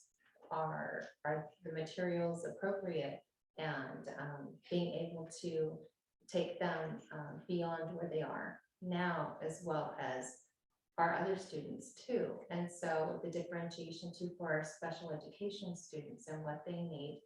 And so again, really looking at what those materials offered and how we could use them in our district. There needed to be an alignment to our state standards for English language arts. The assessment piece was very important. We wanted to make sure that there were both ongoing assessments, formative assessments, and then some at the end of the unit assessments to be able to measure that growth. And also, how are we measuring the growth? Is there a variety of ways to allow a student to be able to determine and give us what they know? And so that was another thing that we really wanted to look at. And so in thinking about the equity lens, one of the things that was really important is that we really had 3 different ways that we looked at our rubric. We had the state level, which had already used an equity lens, and the state, when they created their rubric, that was part of what they did when they went through and let the school districts know that this rubric is what we've used. And so we had an opportunity to be able to look at materials in that way. And I know that we had some teachers who were part of that work.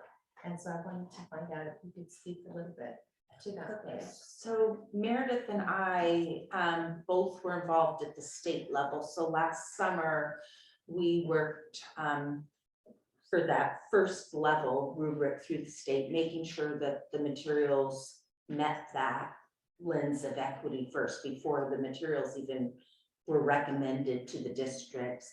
So we came in with another view, but then at our district level, we could really make our rubrics fit our needs here, so we could take it one step further, knowing our large population of ELs and the need for a lot of differentiation right now. So we really narrowed that.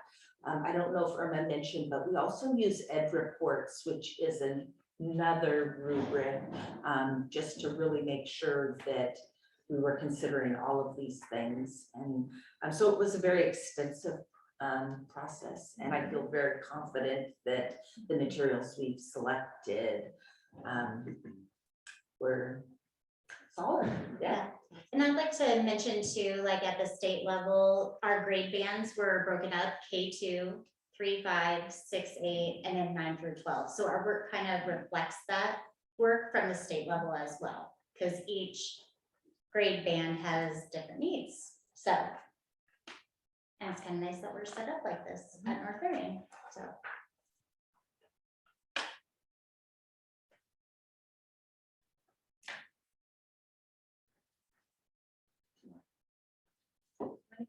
Sure, I will. Irma and I both were going to chime in on this. So after we've gone through the equity lens, we needed to get the stakeholder involvement also. So we did have our teacher teams meeting with the reps and looking at the materials and piloting the materials. But that was only one small part of it. The parents were involved. We had Kylie and Ashley and Christine, and they came in and looked at the materials and asked the teachers questions about them. Also, it went out in our parent newsletter, so families could look at the materials online and give feedback and know. So it wasn't just the teacher saying this is what we want. And Chelsea alluded to this with the students. We gave student surveys, and it was exciting to see how excited they were about the materials. So we wanted their input. We're not going to say, oh, the teachers like this, but oh, the students really didn't like that. So we did take that into consideration as well. And then Crystal was also involved. So it was a group effort process of everybody's input to make sure that we are purchasing the best materials that we can for our district. And so one of the things that we were able to do was provide the materials at tables at one of our parent meetings, which is open to our Spanish speaking parents, when we were able to have a bilingual staff there, so that our parents could come over and really look at all the materials with their children. Their children were there too. And so it was so fun, just seeing the kids light up, picking up the books, having them in their hands. You could really see the joy of having a physical book, not seeing something on the computer, but the parents, going through the journals and looking at all of the materials. And it was a really wonderful way to be able to have parents get their questions answered right there, where sometimes the language barrier has been a difficult way for parents to kind of get in there and feel like welcomed to look at materials. And so being able to have them there was really fun. It really was. It was just, we just took those things apart and just had such a great time with them. And the parents were so happy that we were able to do that for them, so that they could have input and get some questions answered as well. Right, so ELA standards are actually great in the fact that they're very aligned. The nature of them is different from some of the other content, that they build on each other. So all of the instructional materials that we're recommending are being used to teach those already aligned standards. And one of the things that is unique about ELA, and like Meredith was saying earlier, is that every grade band has a different need within the ELA as far as the skills. In kindergarten through second grade, it's really the foundations of reading and it's decoding skills and phonological awareness. And then in third grade through fifth grade, that's when they actually start to read to comprehend. They're starting to read science articles and history and different things, and they're really having to put those reading skills to use for comprehension. In middle school, it's more about building the background knowledge that's necessary to access more complex texts as they get into more difficult subjects in science and math and history and everything, and also preparing them for high school and college. And then in high school, it's preparing them for life beyond high school. So each grade band has a different need. And one of the things that we just would like you all to keep in mind as we go into the recommendations is that not all the publishers were approved at every single level. So we had different options. I mean, like we said, elementary school 8, middle school 11, and the high school 6. But all of the instructional materials that we're going to recommend did a really good job of supporting the standards and developmental needs of all of these different grade levels. So we're really excited about that. And also through this process that we've been meeting together, I think there's been a lot of help in clarifying we all know what's being taught now. There's a lot of clarity around the needs and from one grade level to the next. So there's a really good alignment that's starting and that will continue as far as the teamwork that's started and will continue in this team. So now we're going to go to the committee recommendations. I am up. So I am Meredith Aiken and I am the primary school rep for ELA. During the start of this process, we gathered teacher input. And so some of the things that our teachers were noticing or wants and needs were having strong foundational skills. So that was something that we were supplementing with our previous curriculum. So that was really like our top, need and want for our students. We wanted them to be able to decode and encode words, so being able to sound them out and spell them. So that would help with our writing. We also wanted a culturally relevant curriculum, a solid home to school connection, and continued training for all staff members to strengthen our core curriculum. So those were all kind of the common needs and wants. We had 10 teachers that piloted materials, and we met once a week to discuss our experiences and challenges or successes. And we just really kind of collaborated together to get the most information that we could. So every teacher, I have to tell you, at the primary school is a 10. They were intentional.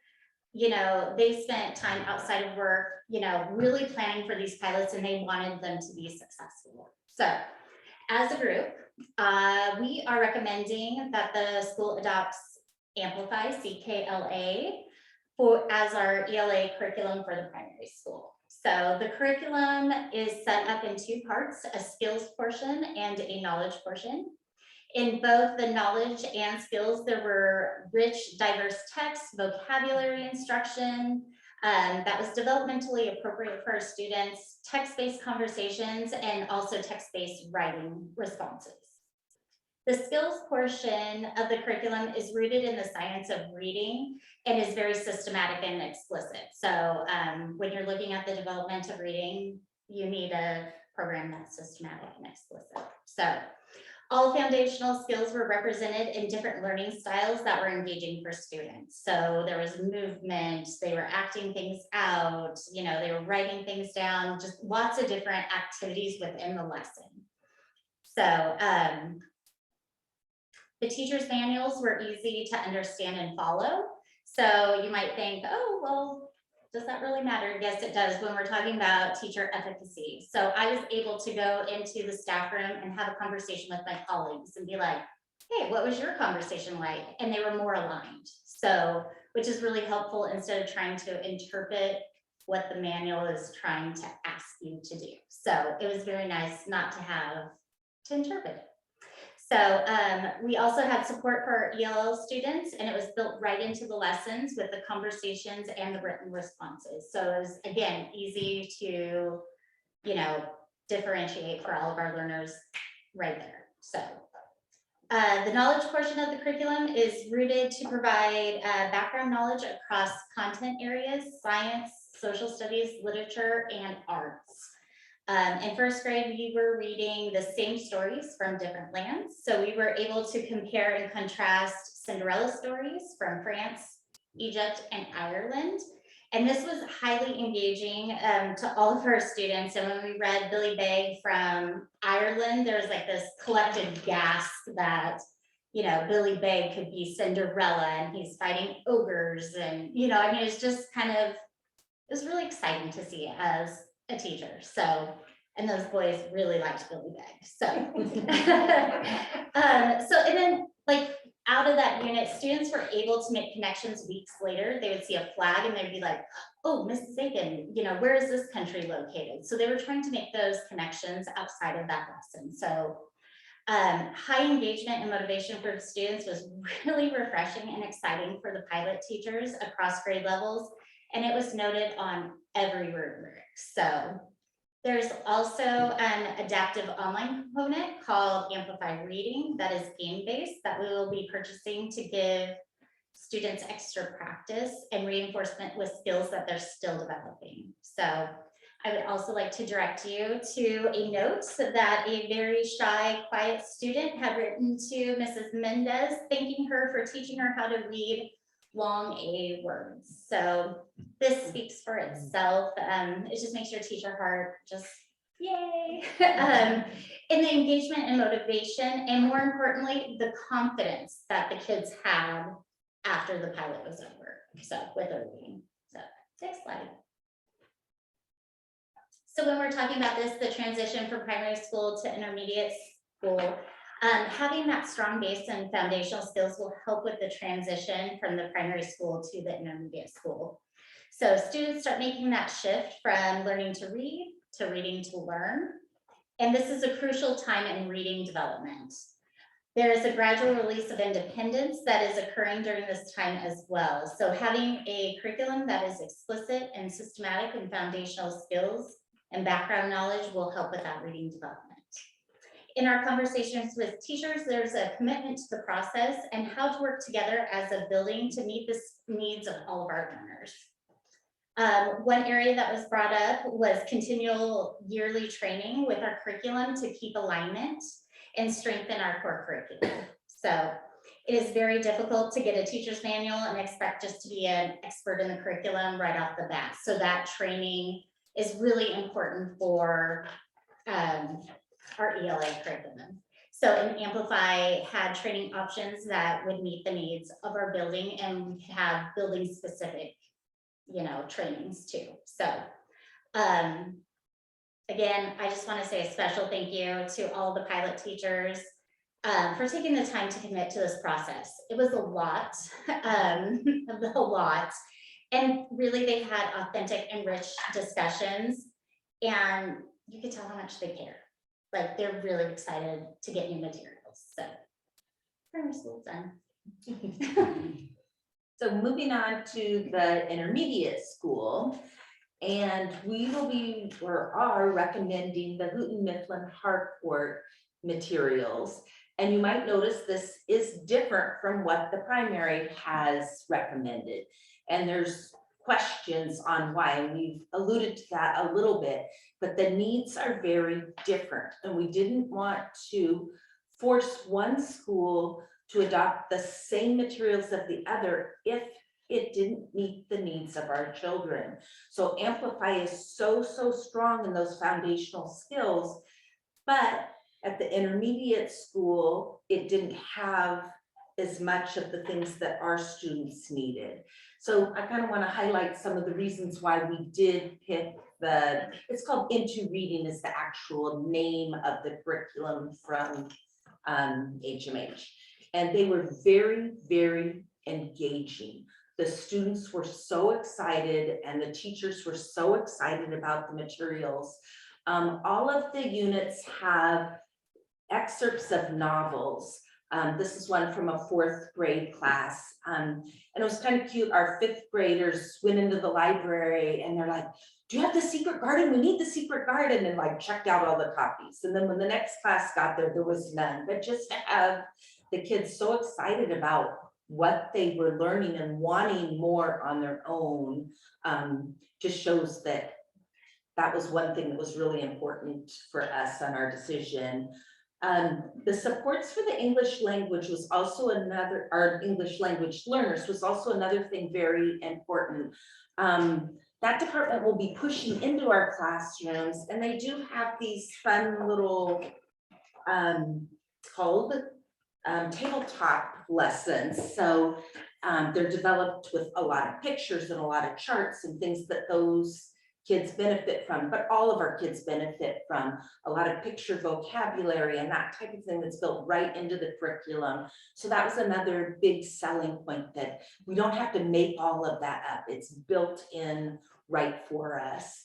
The differentiation, another thing that's really great, we can get decodable readers. We've talked about how that's so important at the primary, but we still do have kids that are intermediate school working on those foundational skills. So those materials are also being purchased so we can make that transition as well.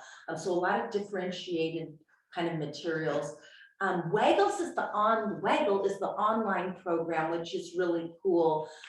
So if a teacher might teach their standards on retelling or compare and contrast, and then the students can practice work on their Chromebooks while the teacher is pulling a small group. So they'll get practice on that. But the program also will adapt to the level that the child needs. So if there are some holes, we did just go through a pandemic, and so there are kids needing to work on different skills.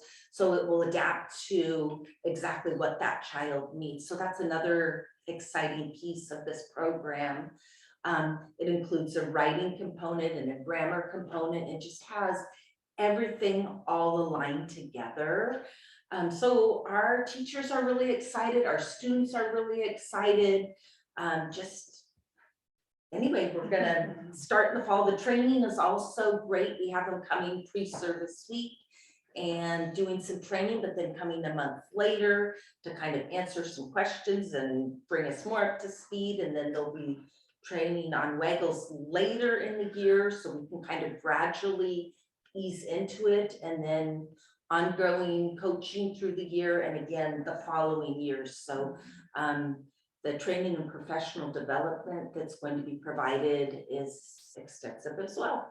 So we recommend our group, we had 6 pilot teachers, 2 from each grade, 2 from 3rd, 4th, and 5th, are recommending that we adopt into reading from HMH.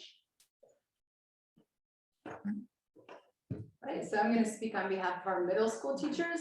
First of all, I hope that I convey the enthusiasm that our middle school teachers have. And they've heard me about the enthusiasm that we have for Great Minds. So I hope that you guys all see that. I also do have, I don't know, I'm like a paper copy person, but I know that we have a paper copy of this, or we have, this is on the meeting. So does anybody want a paper copy of the 6th grade titles? If you don't, that's okay. as well. Okay. Thank you. Thanks. All right, this is mine. And I also would love to, is it?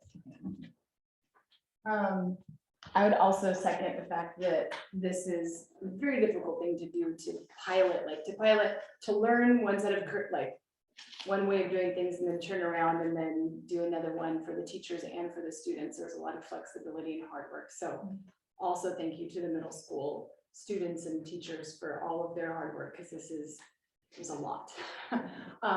So Great Minds, we're extremely excited about. One of the premise behind Great Minds is that they really do a good job of making rich, rigorous text extremely accessible to our students. So ELD, striving readers, SPED, TAG, and pre-AP students, they all did extremely well with Great Minds. They're all based around a module. So you can see the example for grade 6 module 1, they're reading 2 novels, and they're really getting into background articles that help give them the background knowledge for the Great Depression, and also looking at famous pieces of art and photography that help give them a more solid understanding of that time. There's also an essential question for the unit. This one was, how can enduring tremendous hardship contribute to personal transformation? And they're essential questions that our students can relate to. And they all scaffold to where the students are able to answer that essential question. There's incredibly, everything that Great Minds does is very authentic and spirals. And so there's the authentic vocabulary acquisition. Students aren't just reading one story and then learning the vocabulary for that story. It's vocabulary that they're going to see again and again and again in the module, and they become extremely proficient with those vocabulary words and with that by the end of the unit. The background knowledge, again, the module goes very into depth into background knowledge the students need to know and understand in order to really be able to access social studies in the higher grades. One of the things that was a really big selling point for our teachers and students was they have, Great Minds did a really good job of pivoting with distance learning, and they created videos in English and in Spanish of the lessons.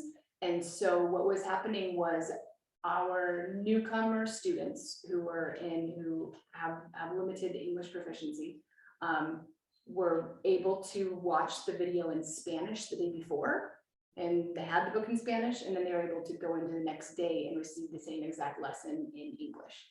And the assessment from the teacher's perspective was they were showing me the work, and it was incredible what the students were gaining out of Great Minds and that specific scaffolding. Across the board, the students were very intrinsically and extrinsically motivated, and our team with Great Minds, their rubrics, they preferred it a lot, the teachers, the church teachers and the students. And one of the things that I really appreciate about our team was they said, you know, like, we really want to see if this is going to really fit our students. So they picked 8th grade, chose Midsummer Night's Dream and Shakespeare, and they're like, right before spring break. That's when we chose to start it. So, and the 8th graders were loving it, and they're walking, you know, you walk by a classroom and somebody was reading and they had puck and the rings on, and they were really getting into it, and they were understanding, and they were loving Shakespeare. And then seventh grade as well, the animal farm and the seventh grade team as well said, let's see if it can, if Great Minds can really make it so that they love and can access Animal Farm, then we need to go with it. And they did, and they loved it. And the writing and the assessments that are coming out of it are phenomenal. So I hope that I did a good job of conveying the excitement of our team for Great Minds. We can all vouch for Kelsey. Yeah. Lots of enthusiasm. I want to read all these books. I would be excited to read all these. Yeah. So the high school has chosen HMH as well, the Into Literature program. Unfortunately, when you translate from lower grades to high school takes the last seat. A textbook becomes a textbook. And so there were less options for us to look at. Less of them have been vetted than any other grade level. And the ones that had been vetted, some of them didn't even meet the highest standards of ed reports. So my job was easy at the beginning to whittle things down to what we were going to choose. Ultimately, myself and 3 other English teachers piloted both HMH and a separate component, and HMH won out by far. The texts were all very interesting and highly engaging. The part that stuck out for us the most was that anything that would be considered informational text was new. To use a quote from the high school when we still had old social studies books, Clinton wasn't president anymore. And so, there was relevant information in the informational text that supported both the traditional stories that you would find in any high school textbook, as well as new short stories and longer reads. And so that was very much appreciated.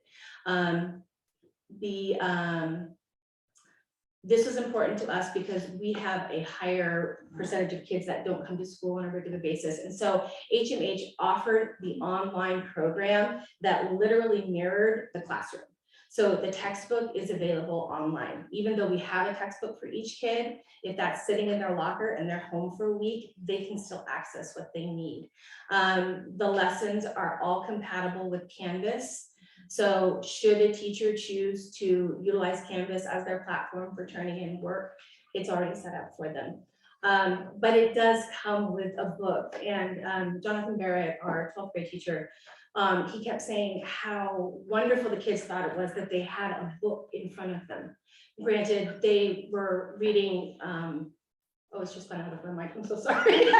But what they were reading was in a book and it was greatly appreciated. My students felt the same way. And then the other piece of it that was important for us is a program called Writable, which allows the students to answer and write along the way, working toward a structured final prompt. And the key components along the way are all able to be scaffolded and meet the student where they are. So some of them will be asking them to answer questions and look for textual evidence, while others may simply be asking them to tell me the definition of this word in this sentence. So it really is going to meet our students where they are, and it's at the teacher's discretion. And so we don't have all the exciting stuff, but it's going to allow us to take what is being done at the middle grade and really build on it. I myself am going to be teaching freshmen next year. And so having had this opportunity to work so closely with our middle grade team, I literally know what's going to be walking into my classroom. And so I think that having that ability to then continue that on for every grade level is going to be really important for our students.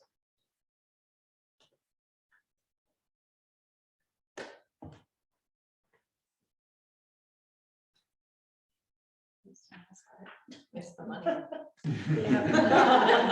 Here are the dollar signs. Yeah, this is how much it costs. Yeah. Well, wait, there's more. Yeah. So can I ask a question? Yeah.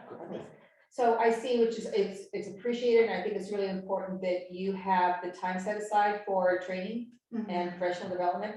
And it looks like there's 40 hours for every ELA teacher who's going to be using this material. when do you guys, like, when do you work that, well, that's what it says. Yeah. When do you work that, is that like before school starts this year or during school? I mean, like, I'm curious where you can work that in. Well, I can talk to the primary school. So one of the days would be our in-service week. So getting those materials. And then we talked about the enhancing planning and practice one. That would be a half day. So we're kind of not quite sure how that is going to work, and coaching. So, and also getting our maps completed for new ELA curriculum. We're really going to have to think out of the box. So yes, thank you for that question, because yes, It's gonna be we're hard. gonna need some time. Yeah, I know that and support. adoptions Yeah. are stressful and difficult, so. Yes. We have had a lot of input. It hasn't been nailed down, but a lot of ideas of things and ways that we could make it work. I don't think we will spend a lot of time this summer because we won't even have the materials yet. In an ideal world, we could go ahead and dive in and start mapping, but the materials have not been ordered yet, and by the time they get here, and so that probably is not going to be an option. And our teachers really need a break this summer more than anything, so I don't think that hurts a lot of people's feelings. So as the year starts, we may be able to have some sub time. We may work on weekends, we may work at night. We don't know how we're all gonna fit it together, but it is so nice to have that money and that time that we can do it.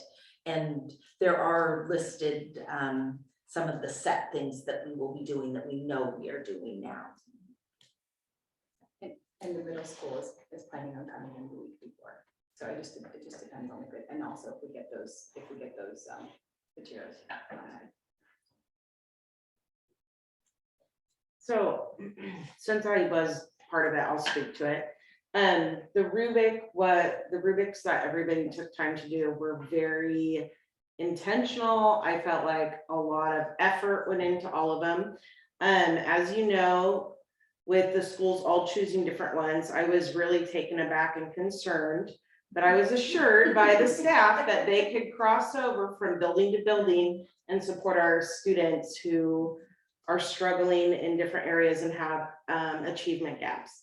As you know, with some of the information that we had where, you know, we had 80% 2 grade levels or below, well, that means that primary school and intermediate school are gonna have to work together to make sure those gaps, and you don't get closed in, well, that's not part of my reading curriculum. And they did show a lot of teamwork and choosing. So I wanted to give you guys encouragement that they assured me they could work across buildings.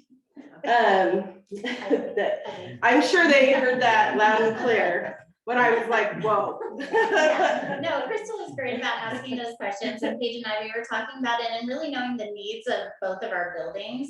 And we really tried to get the same curriculum. It just was not gonna work out. Like, we were already starting to supplement a curriculum and we're like, that's not what we wanna do. Yeah. That didn't help us in the, you know, our last adoption. Why are we gonna continue a practice that isn't working? So really, that's kind of where So we as came out. the K-5 literacy coach specialist, I wanted the same one because I'm like, 2 different curriculums, 2 different trainings, 2 different, and I really wanted to like Benchmark, which we were both schools piloting, but in good faith, I could not do that because it was not the best thing for our kids. So as much as I think we wanted that, it didn't work, and we couldn't adopt something that wasn't the best thing. So we did put a close lens on that and tried to do that. And I really did advocate. Are you guys sure? This would be really good. And I was very clear on, no, that's not gonna work for us. So, you know, we had a lot of good discussions, but yeah, it just. But it did open the discussions working together and bridging that together. And that's one reason why we kind of had an add-on of the decodable leveled readers. The program, that the 3-5 program comes with leveled readers, but not decodable ones. And we're like, oh, we know we're gonna need that to bridge this gap. And so we did look at it very closely. Yeah. Yeah, so it went really well. The meetings that I attended, they really encouraged me that they were gonna have all the resources there for even the children that were not in their reading levels Mhm. in their school. The only other thing that I had talked about, and I warned you guys ahead of time, was the supplemental. Like, to make sure that we have a clear process if you are supplementing, who's vetting it, and that it's readily available for the parents like the other curriculum. I feel like we went kind of down a bad rabbit hole where supplemental was just tossed in wherever, nobody really knew what was going on, and it didn't really provide a full, well-rounded for every child. It was pick and choose. And so I made it clear that from now on with this, we would need clear documentation for any supplemental that went into play. And Crystal, I'll just say from the person responsible for, helping to implement it and supporting the implementation, that, that these teachers, if you kind of think about it, I think what you invest in, that the materials aren't the curriculum, the standards are the curriculum. And Right. think about the time that these teachers invest in developing their curriculum maps and units related to that. And they're really focused and aware of the standards and delivering the standards with really high quality instruction. Right. When they're looking at the materials that they choose, they're thinking about what are those standards and what is that approach to teaching and learning that I want those materials to support. Right. I'm just really proud of them. They're not letting a book drive, the Right. way they deliver it. They're really thinking about the practice and what would best support that. Yeah, and that's why that secondary piece of transparency to the community is really crucial in what's being taught. Absolutely.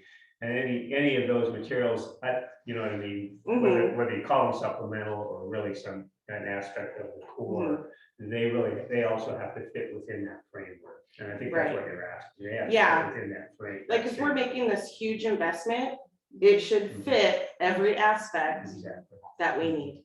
And if it isn't, then we should have like a learning opportunity before supplemental becomes an option. So yes, I would also agree with this. You have a question, Bob? Yeah. I think I'm not sure who I'm asking this to. I'm kind of looking at you, but I just want to know, was this process when it was onset and going through, was it budget capped or was it determined to find the best material and see what the cost was?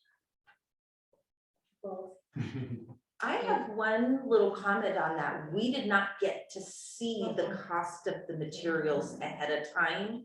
So we didn't know what things cost. And Sherry really did say, you get what is best for our kids. So we didn't know this one's more, this one's less. So we weren't saying you can spend this much. We really did look for the very best materials. English language arts is notoriously the most expensive adoption. I'm assuming that the high school, which is missing the subtotal, is just a typo. I'm gonna look at it. No, I didn't, the subtotal is, 117. yeah, it's on the top one. Yeah, I see that part. I didn't have the shipping costs, and throughout the course of the day, we have discovered that the shipping would be 3.5% of the total cost of the consumables over the course of 3 years. So that comes out to about $3,600. That's fair. So we're just under 550. Right, is what it comes down. Sorry, while we're on this slide. Go back up. Is it Linda or Diane? Can we go back up to the middle school and high school? Oh, thank you. So I just wanted to point out really quickly, there is a change from the presentation that was submitted on Friday until right now with the middle school subtotal. So that is reflective. Our team came, the previous one on Friday was enough for class sets of the novels. And our teachers came and they said, Chelsea, the way that Great Minds is set up is that actually each student has a copy of that novel for that module so that they can take it home, and there's homework that's actually assigned through Great Minds that has to do with the novels. So students need to have access to their own novel that will be checked out to them to be able to take home and do the homework. Sometimes it's reading a chapter, sometimes it's go home and then note in like Old Major Speech and Animal Farm and answer these questions. So this change in the subtotal reflects having more copies of the books so that students can do that. So. We're still sitting with just under 550. Christy, did you have any questions? No, I don't. Thanks for all the time and effort you guys put into this. It looks great. So the next steps are essentially to, so the teacher training, the time to put them into the instructional materials into our unit maps. And then we're really excited about putting these into use in our classrooms and having our new ELA materials and start instruction. So thank you all for your time and. Thank you. And thank you for asking about teacher planning time, because I do think we're gonna have to think about it so that we can be successful in implementing this new Yeah, I just know curriculum. it's a big, it's a big. Yeah. Timeline, so, yeah, make sure. And I think it'd be exciting for, once you guys get this rolling, for us as board members to be able to come into your classrooms and see it being utilized. I think it'd be enjoyable. You're welcome anytime. And if I could maybe just one final word, I know the team would probably want to acknowledge Sherry Stroud.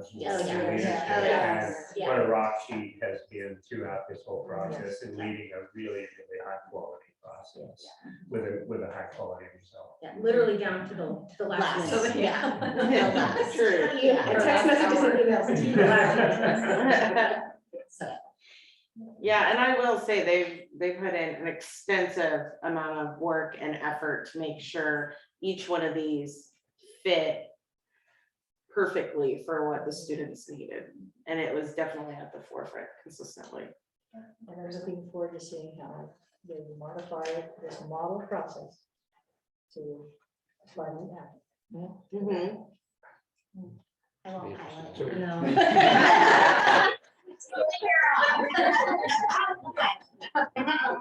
What do you need from us now? This is under action items. Yeah, we do. Please approve Yeah, I hope so. I'm assuming this is all handled at the price that it's presented, right? So, Well, just we're adopting the materials. We're not adopting the price. just budgeted that. Yeah. I'll make a motion, the board approve the ELA adoption as presented by the team and staff and all that participated. Second. I have a motion and a second. Is there any discussion further? Hearing none, we'll move to a vote. Bill? Aye. Richard? Aye.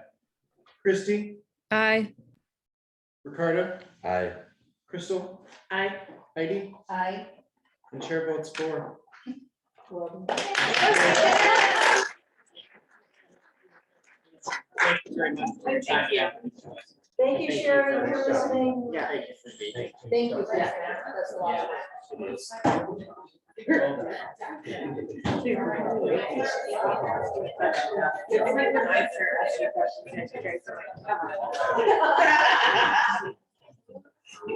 Is Lori? Yes.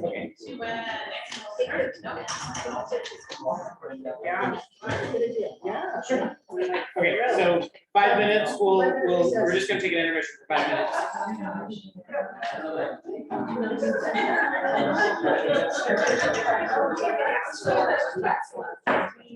This was.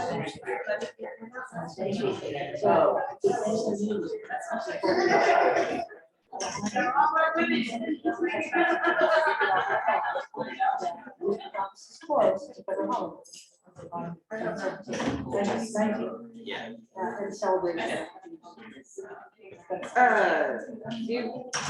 Isn't June 15th a Sunday this year, so they're coming out? Or is it Friday? Charles is working, it is 20. I think that's important for government. It's off Friday. Are they on Friday? Well done. That's a holiday.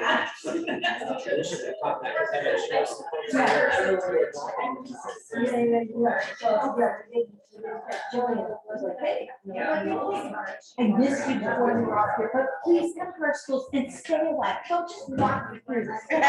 Sit down and listen to the kids and listen to the teachers and we want you guys in our schools. And Throw 35-pound box to the door.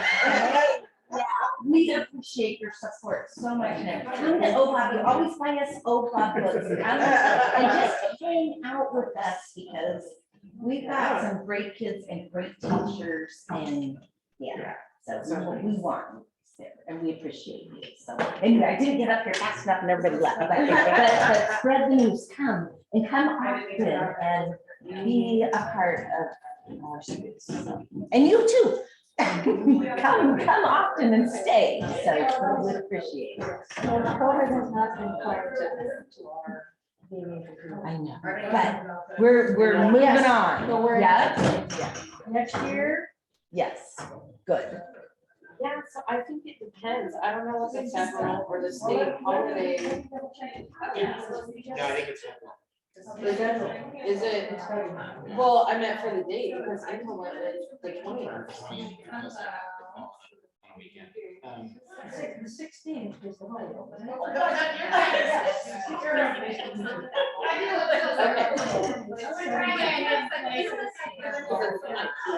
then they have it on the Friday before. Right. So it's a 3-day weekend, so you can celebrate it on the 17th or on the 20th. Yeah. I know, I don't know which one was regulated or which one you guys want. I don't care, I just wanted to make sure. Well, we wanted to do the 17th, so that. I would do the 17th. Yeah, 17th. Okay. So the district office will be closed on the 17th. Oh, that's my birthday too. Is it really? Aww. Congratulations, you'll have to come to the school day.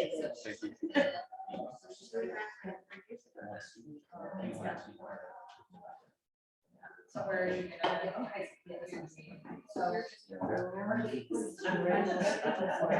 Yeah, just right there.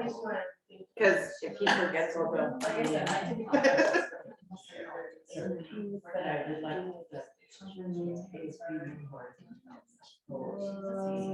Rotating through. I'm like, good for you. I'm like, so you need that.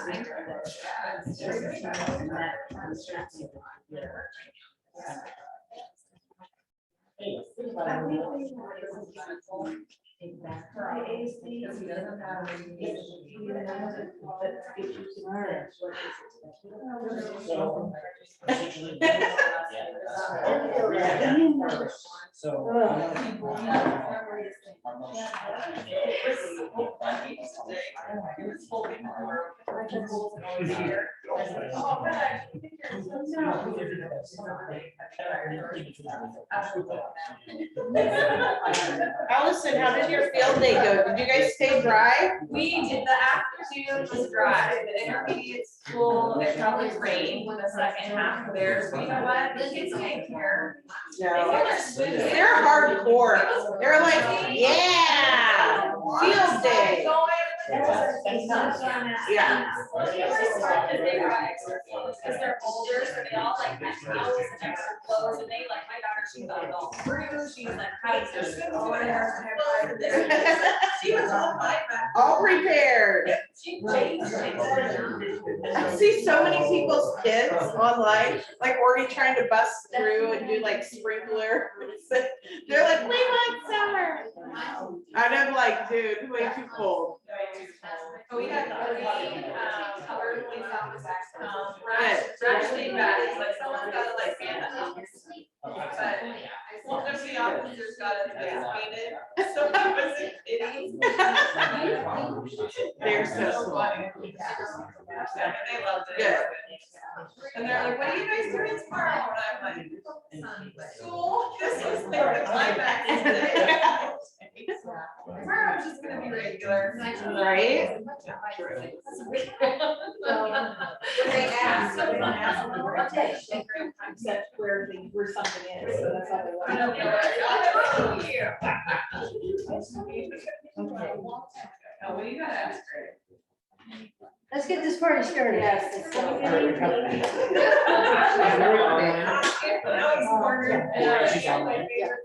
are you there? Lori? Yeah, I'm here. Okay, we're gonna get started and you'll be up if there's questions. I don't even know if it gets in another building. Did you want to say anything first before? I'm available if you have any questions. Okay. Okay, So I guess we'll reconvene, if you guys could come back to order. We have Lori Gimbo online to answer questions about potential increase in school lunches. Did you have any words to say about that, just as an overview, Lori? So just a recap is that the universal free meals expires on June 30th of this year. And unfortunately, it did not make the omnibus bill that passed in March. And so they are not extending the waiver for universal free meals.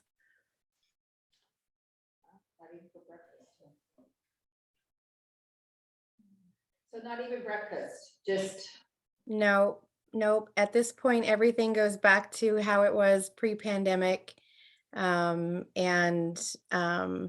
even taking away a portion of our funding that they extended during the pandemic. And so that's where the meal increases is going to have to come from, is that we're still experiencing, supply shortages, food shortages, paper products we can't get in. It's a huge trickle down effect.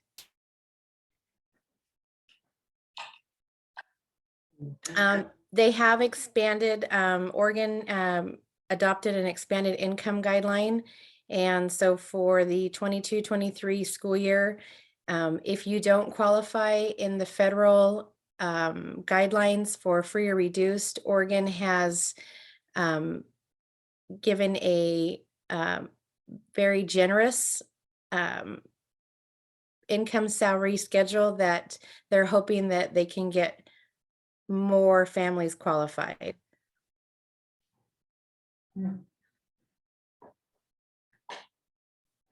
Yeah, so it's like back to the old model. yeah. So this will mean you're having to collect lunch fees and tracking students who don't pay and all that.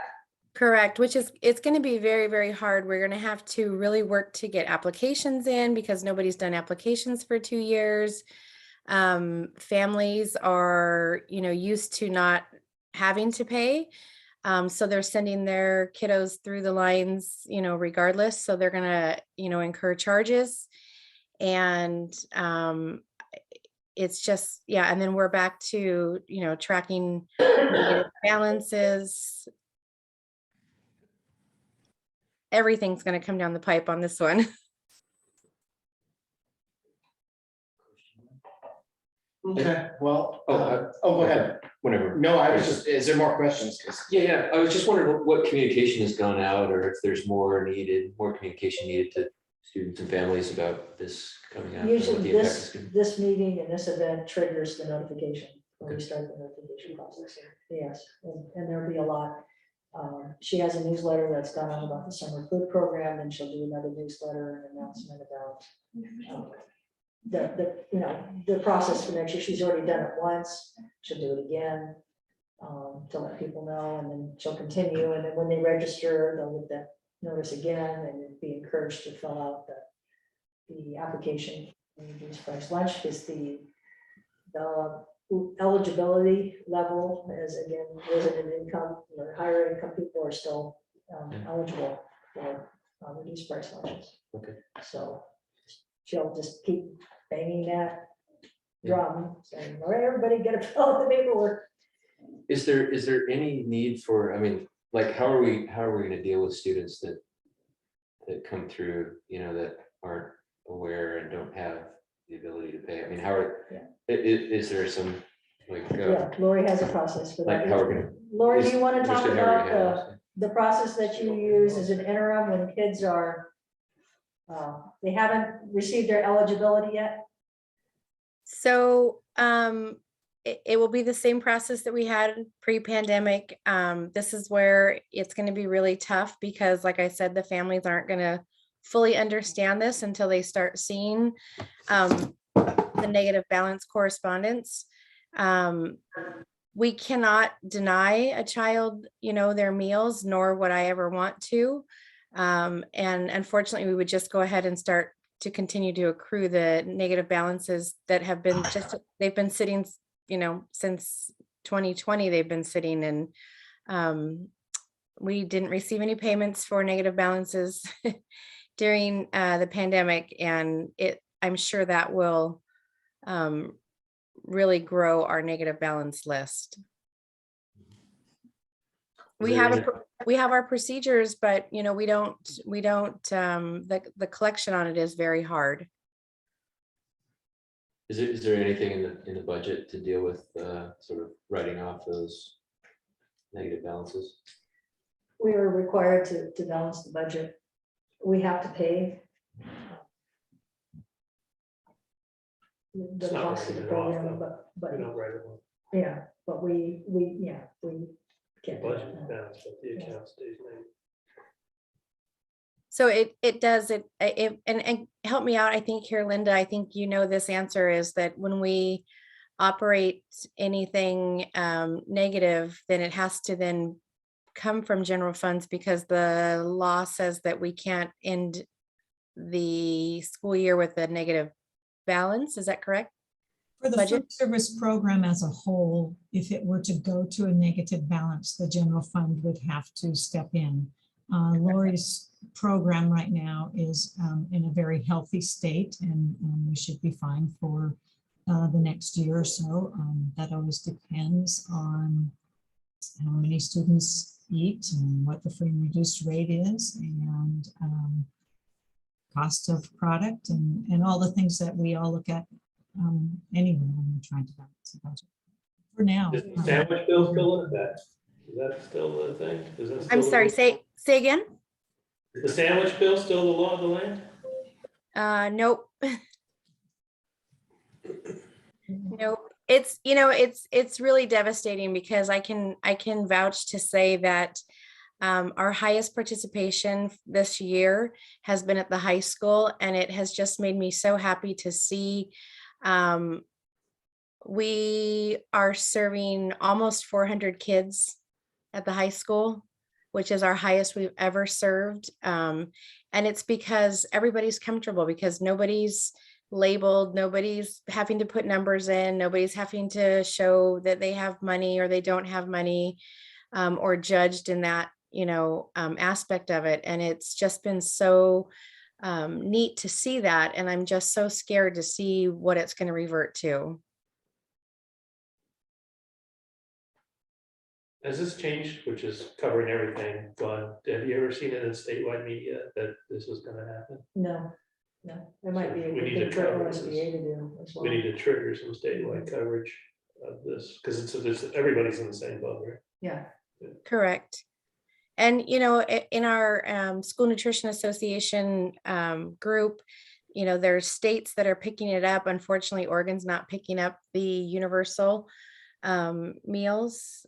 So it's one of those things of how do we move forward? And we were really hoping that, I'm still keeping my fingers crossed. I know that there's 2 bills that are out there that they're still trying to push, but we don't even have reimbursement rates for what we're going into for summer. I don't have applications yet from the federal government even for the families to fill out yet. That's how slow they're moving on this process of it. How difficult is for the kids that don't have any balance to come to pick up their lunch? Is it like embarrassing, or how do they, or how do we handle that? Like, We note that they took one, but then they get their meal and they eat. Everybody gets a meal, whether they have money in their account or not, and that's what would then accrue the negative balances. but do you get the sense of that they probably don't want to pick up a meal because of that, or is that? I would. Good question. Right now, there's not, but prior to that, yes. You know, I've had kids in intermediate school or middle school that said, you know, their mom doesn't get paid till next week. Could they eat this week anyway? And, you know, of course, it's never even a question. We bring them through. Yeah, I think a lot of the pressure is that from home, like knowing that they have a negative balance and parents can't afford it, and they tell their kids, you know. can't have lunch. Yeah, don't go through the line because we owe too much money. You know, and with inflation, and I mean, now we've got gas prices and these families are having to worry about this stuff. It's, you know, it's just one more thing added to their plate. So, I mean, is that a way we could communicate with the parents that say, okay, we do understand there's a negative balance, but please don't make feel the kids that, you know, they cannot go pick up a meal. Yeah, if they don't have food from home, they should eat. They need to eat. And how can we make sure that it's communicated to the parents? Usually, Go ahead, Lori, you do that. Go ahead. usually when we have kids that are in that kind of a crisis situation, they're usually either dealing with the counselor or they've you know, spoken to a teacher or they've come to us, and we can make that call home to, you know, encourage the parents like, hey, maybe at the beginning of the year you didn't qualify for meals and maybe something in life has changed right now. And let's try to get you approved. Let's, you know, look at the options. And especially now with this expanded income guideline from the state of Oregon, I'm so hopeful that we can get so many more families approved. We just got to get the information to them that this is what they need to do. Thank you. So that she needs you to adopt it. Yeah. So I'm looking for a motion so she's looking to be able to raise prices to. I'll move we approve the nutrition director's request to increase breakfast and lunches by 10 cents per meal. I'll second. I have a motion and a second. Is there any further discussion? Hearing none, we'll move to a vote. Bill? Aye. Richard? Aye. Christie? Aye.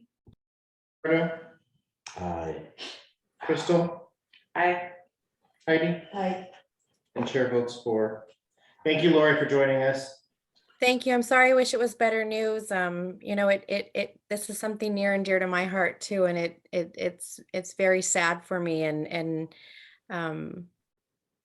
I just know there's going to be a lot of struggles for it with, you know, with next year coming on, and I'm going to do my best to help these families and you know, the secretaries and get everybody informed of what we can do to help them out. Thank you. Yeah, thank you. Okay. All right, moving on to Linda. item 6, which is, yeah. Okay, so this adopted budget is a little bit different than the approved budget. I was able to take some time to go through the what I believe is going to be our ending fund balance. And, you know, we're in that funny spot that I've never been in, where we're moving into a new fiscal year when this fiscal year negotiations aren't settled for one of the groups. So I still have it in the budget that it won't get settled and paid out this fiscal year. It will get paid out next fiscal year. So therefore, the general fund resources, the beginning fund balance that is shown on page 26 is up a little bit, about $100,000 than what it was. But then the expense side, which is the contingency, is up also, knowing full well we'll spend that out next fiscal year when we do have the final settlement and the amount for the licensed staff. And remember, licensed administrators and confidential all are tied to this negotiations, because we take on one or the other depending on what it is, and until they're settled, we can't, those groups don't make that decision. So I'd like you to approve the adopted budget, but I just wanted to let you know that those two things had changed. And I have the resolutions up if you're ready to, but maybe you have questions. Let me know if you do. Yeah, please. I'll go with no Can I questions. ask a question? Yeah, go ahead. So Linda, with this budget for, is the ending fund, can you tell us what percentage the ending fund balance is? Oh, gosh, I don't have it in my head, Lori, but I would say it's about 8 or 9%. I don't have it exactly in my head, but that's my guess. So it's about $2 million. I'm estimating right now what we have on the table for negotiations, the cost for license, admin and confidential would be over about $900,000. So that'll eat that right back down. That gets spent once we have a contract. I'm sorry. It's a $3 million.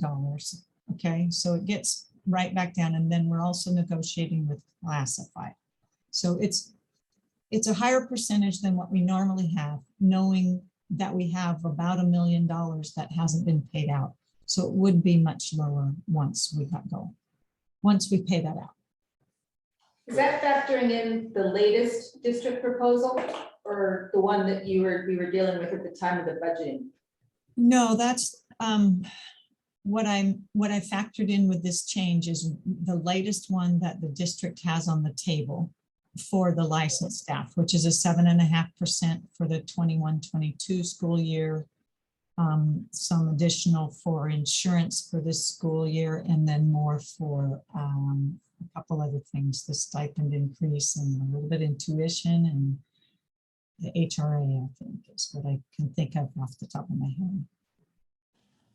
So it's what the district has on the table right now is what I estimated to be around $900,000. And that is why I changed my ending fund balance a little bit.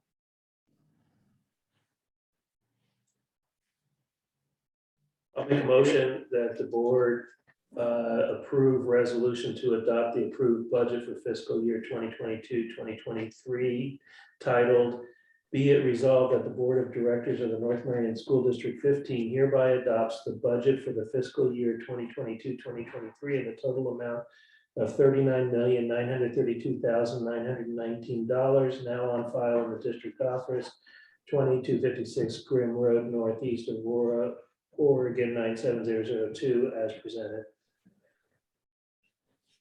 I'll second. I have a motion and a second. Is there any discussion?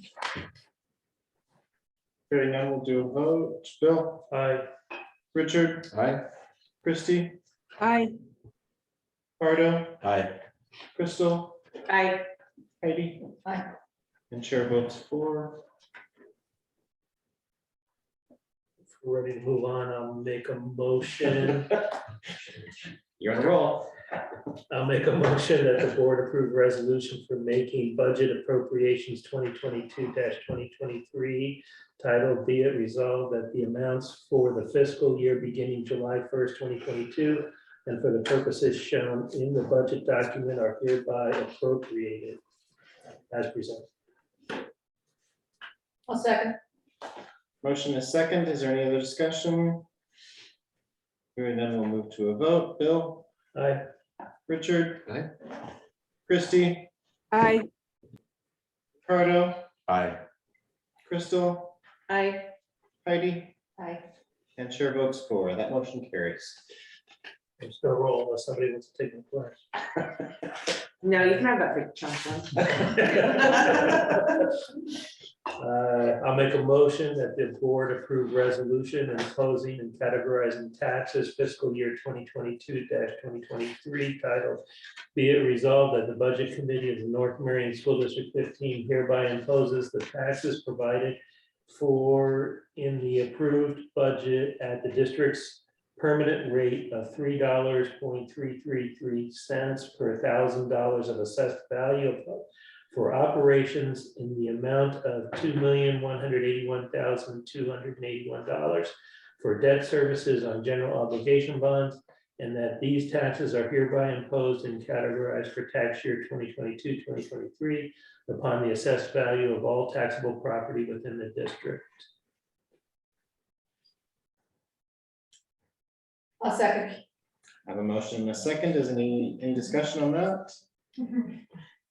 Hearing none, we'll move to a vote. Bill? Aye. Richard? Aye.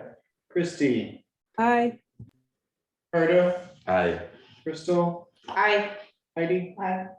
And the chair votes for. Motion carries and one. And lastly, I'll make a motion for the board to approve resolution to amend 2021-2022 appropriations titled, be it resolved that the Board of Directors of the North Marion School District number 15, Marion County, Oregon, hereby approves the transfer for the general fund budget for the fiscal year 2021-2022 as presented and now on file at the district office 256 Spring Road, northeast of Aurora, Oregon 97002.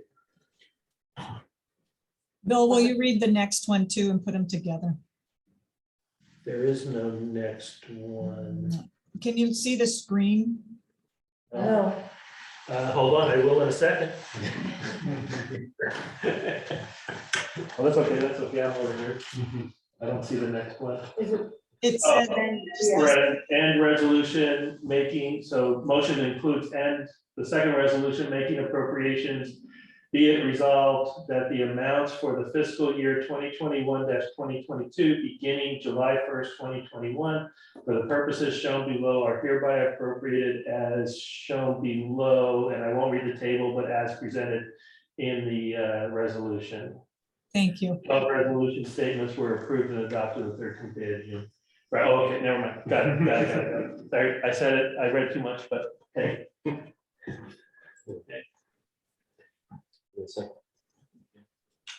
That's not. You second? I'll second. Okay, I have a motion and a second. Is there any discussion? Hearing none, we'll move to a vote. Bill? Aye. Richard? Aye. Aye. Ardo? Aye. Crystal? Aye. Heidi? Aye. Chair votes for. Thank you. Moving on Thank to item. Oh, thanks, Linda. Thank you. Yeah, See you in a thank you. bit. Moving on to item number 7, superintendent's report. Good in the order. I just want to provide a slight update. We're doing significant research on the event that happened here. And I have not been able to spend time with first responders that were on site to complete my study. We have found some communication gaps that we are closing immediately and are in the process of developing scripts for any potential incident that may happen, whether it's an earthquake or a fire or an ice storm or an emergency of any type, so that every secretary at every time has something that they would say, given how quickly information spreads in the district, so that people can hear something in the absence of the past approach, which was not to share anything until it was done, is not as effective as it used to be. So we are adapting our practices and evolving them with as experience is teaching us some things. So I'll have a complete report once I complete the research. So that's it.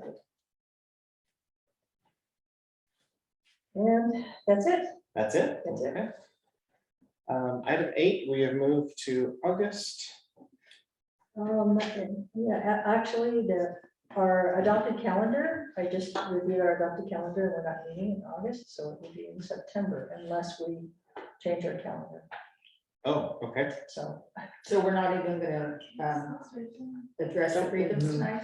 no, they. Oh, sorry, you were. Yes, the We had grievance to amend person. our- Yeah, we had to amend our thing. They were not able to be here tonight. Oh, okay, So topic 8 will not be, or item 8 will be all right. dealt with until our next business meeting. So.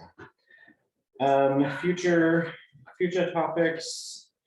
OSBA Summer Board Conference, just a reminder on that. Work session, do you have any? Yeah, I'm sorry. Who's going to the center conference? Yeah. I'll be there, Bill's Bill. What's that? The center conference, Bill's going. Are you going to? No. I'm probably gonna go, but I'm gonna have to leave early Saturday night. Okay. And Carter, you're not going? I still love you. I'll take notes. Okay. Yeah, I gonna do that yet. Do we have a clarification on the work session? I know you guys have another event going that. Is there gonna be need for? I don't think so. Okay, Yeah. so tentatively, we will not have a work session then. This will be our, Essentially our wrap until later in the summer or late summer, so. Are we staying in here for executive session? No, we'll be No, moving. yeah. I just have one thing before we adjourn. District office is closed on June 17th in honor of Juneteenth holiday, which is now a federal holiday. So I just wanted to make that note. With that, we can adjourn and we will pick up with an executive session right next door here in 30 minutes. Right, you want to read the executive session we're going into? Yeah. So we will now enter an executive session as ORS 192.660, section 2, subsection D, to conduct deliberations with persons designated by the governing body to carry out labor negotiations. We are taking no action on this matter tonight. At the end of the executive session, board chair will adjourn. Is the 20th, is Juneteenth holiday, or you just-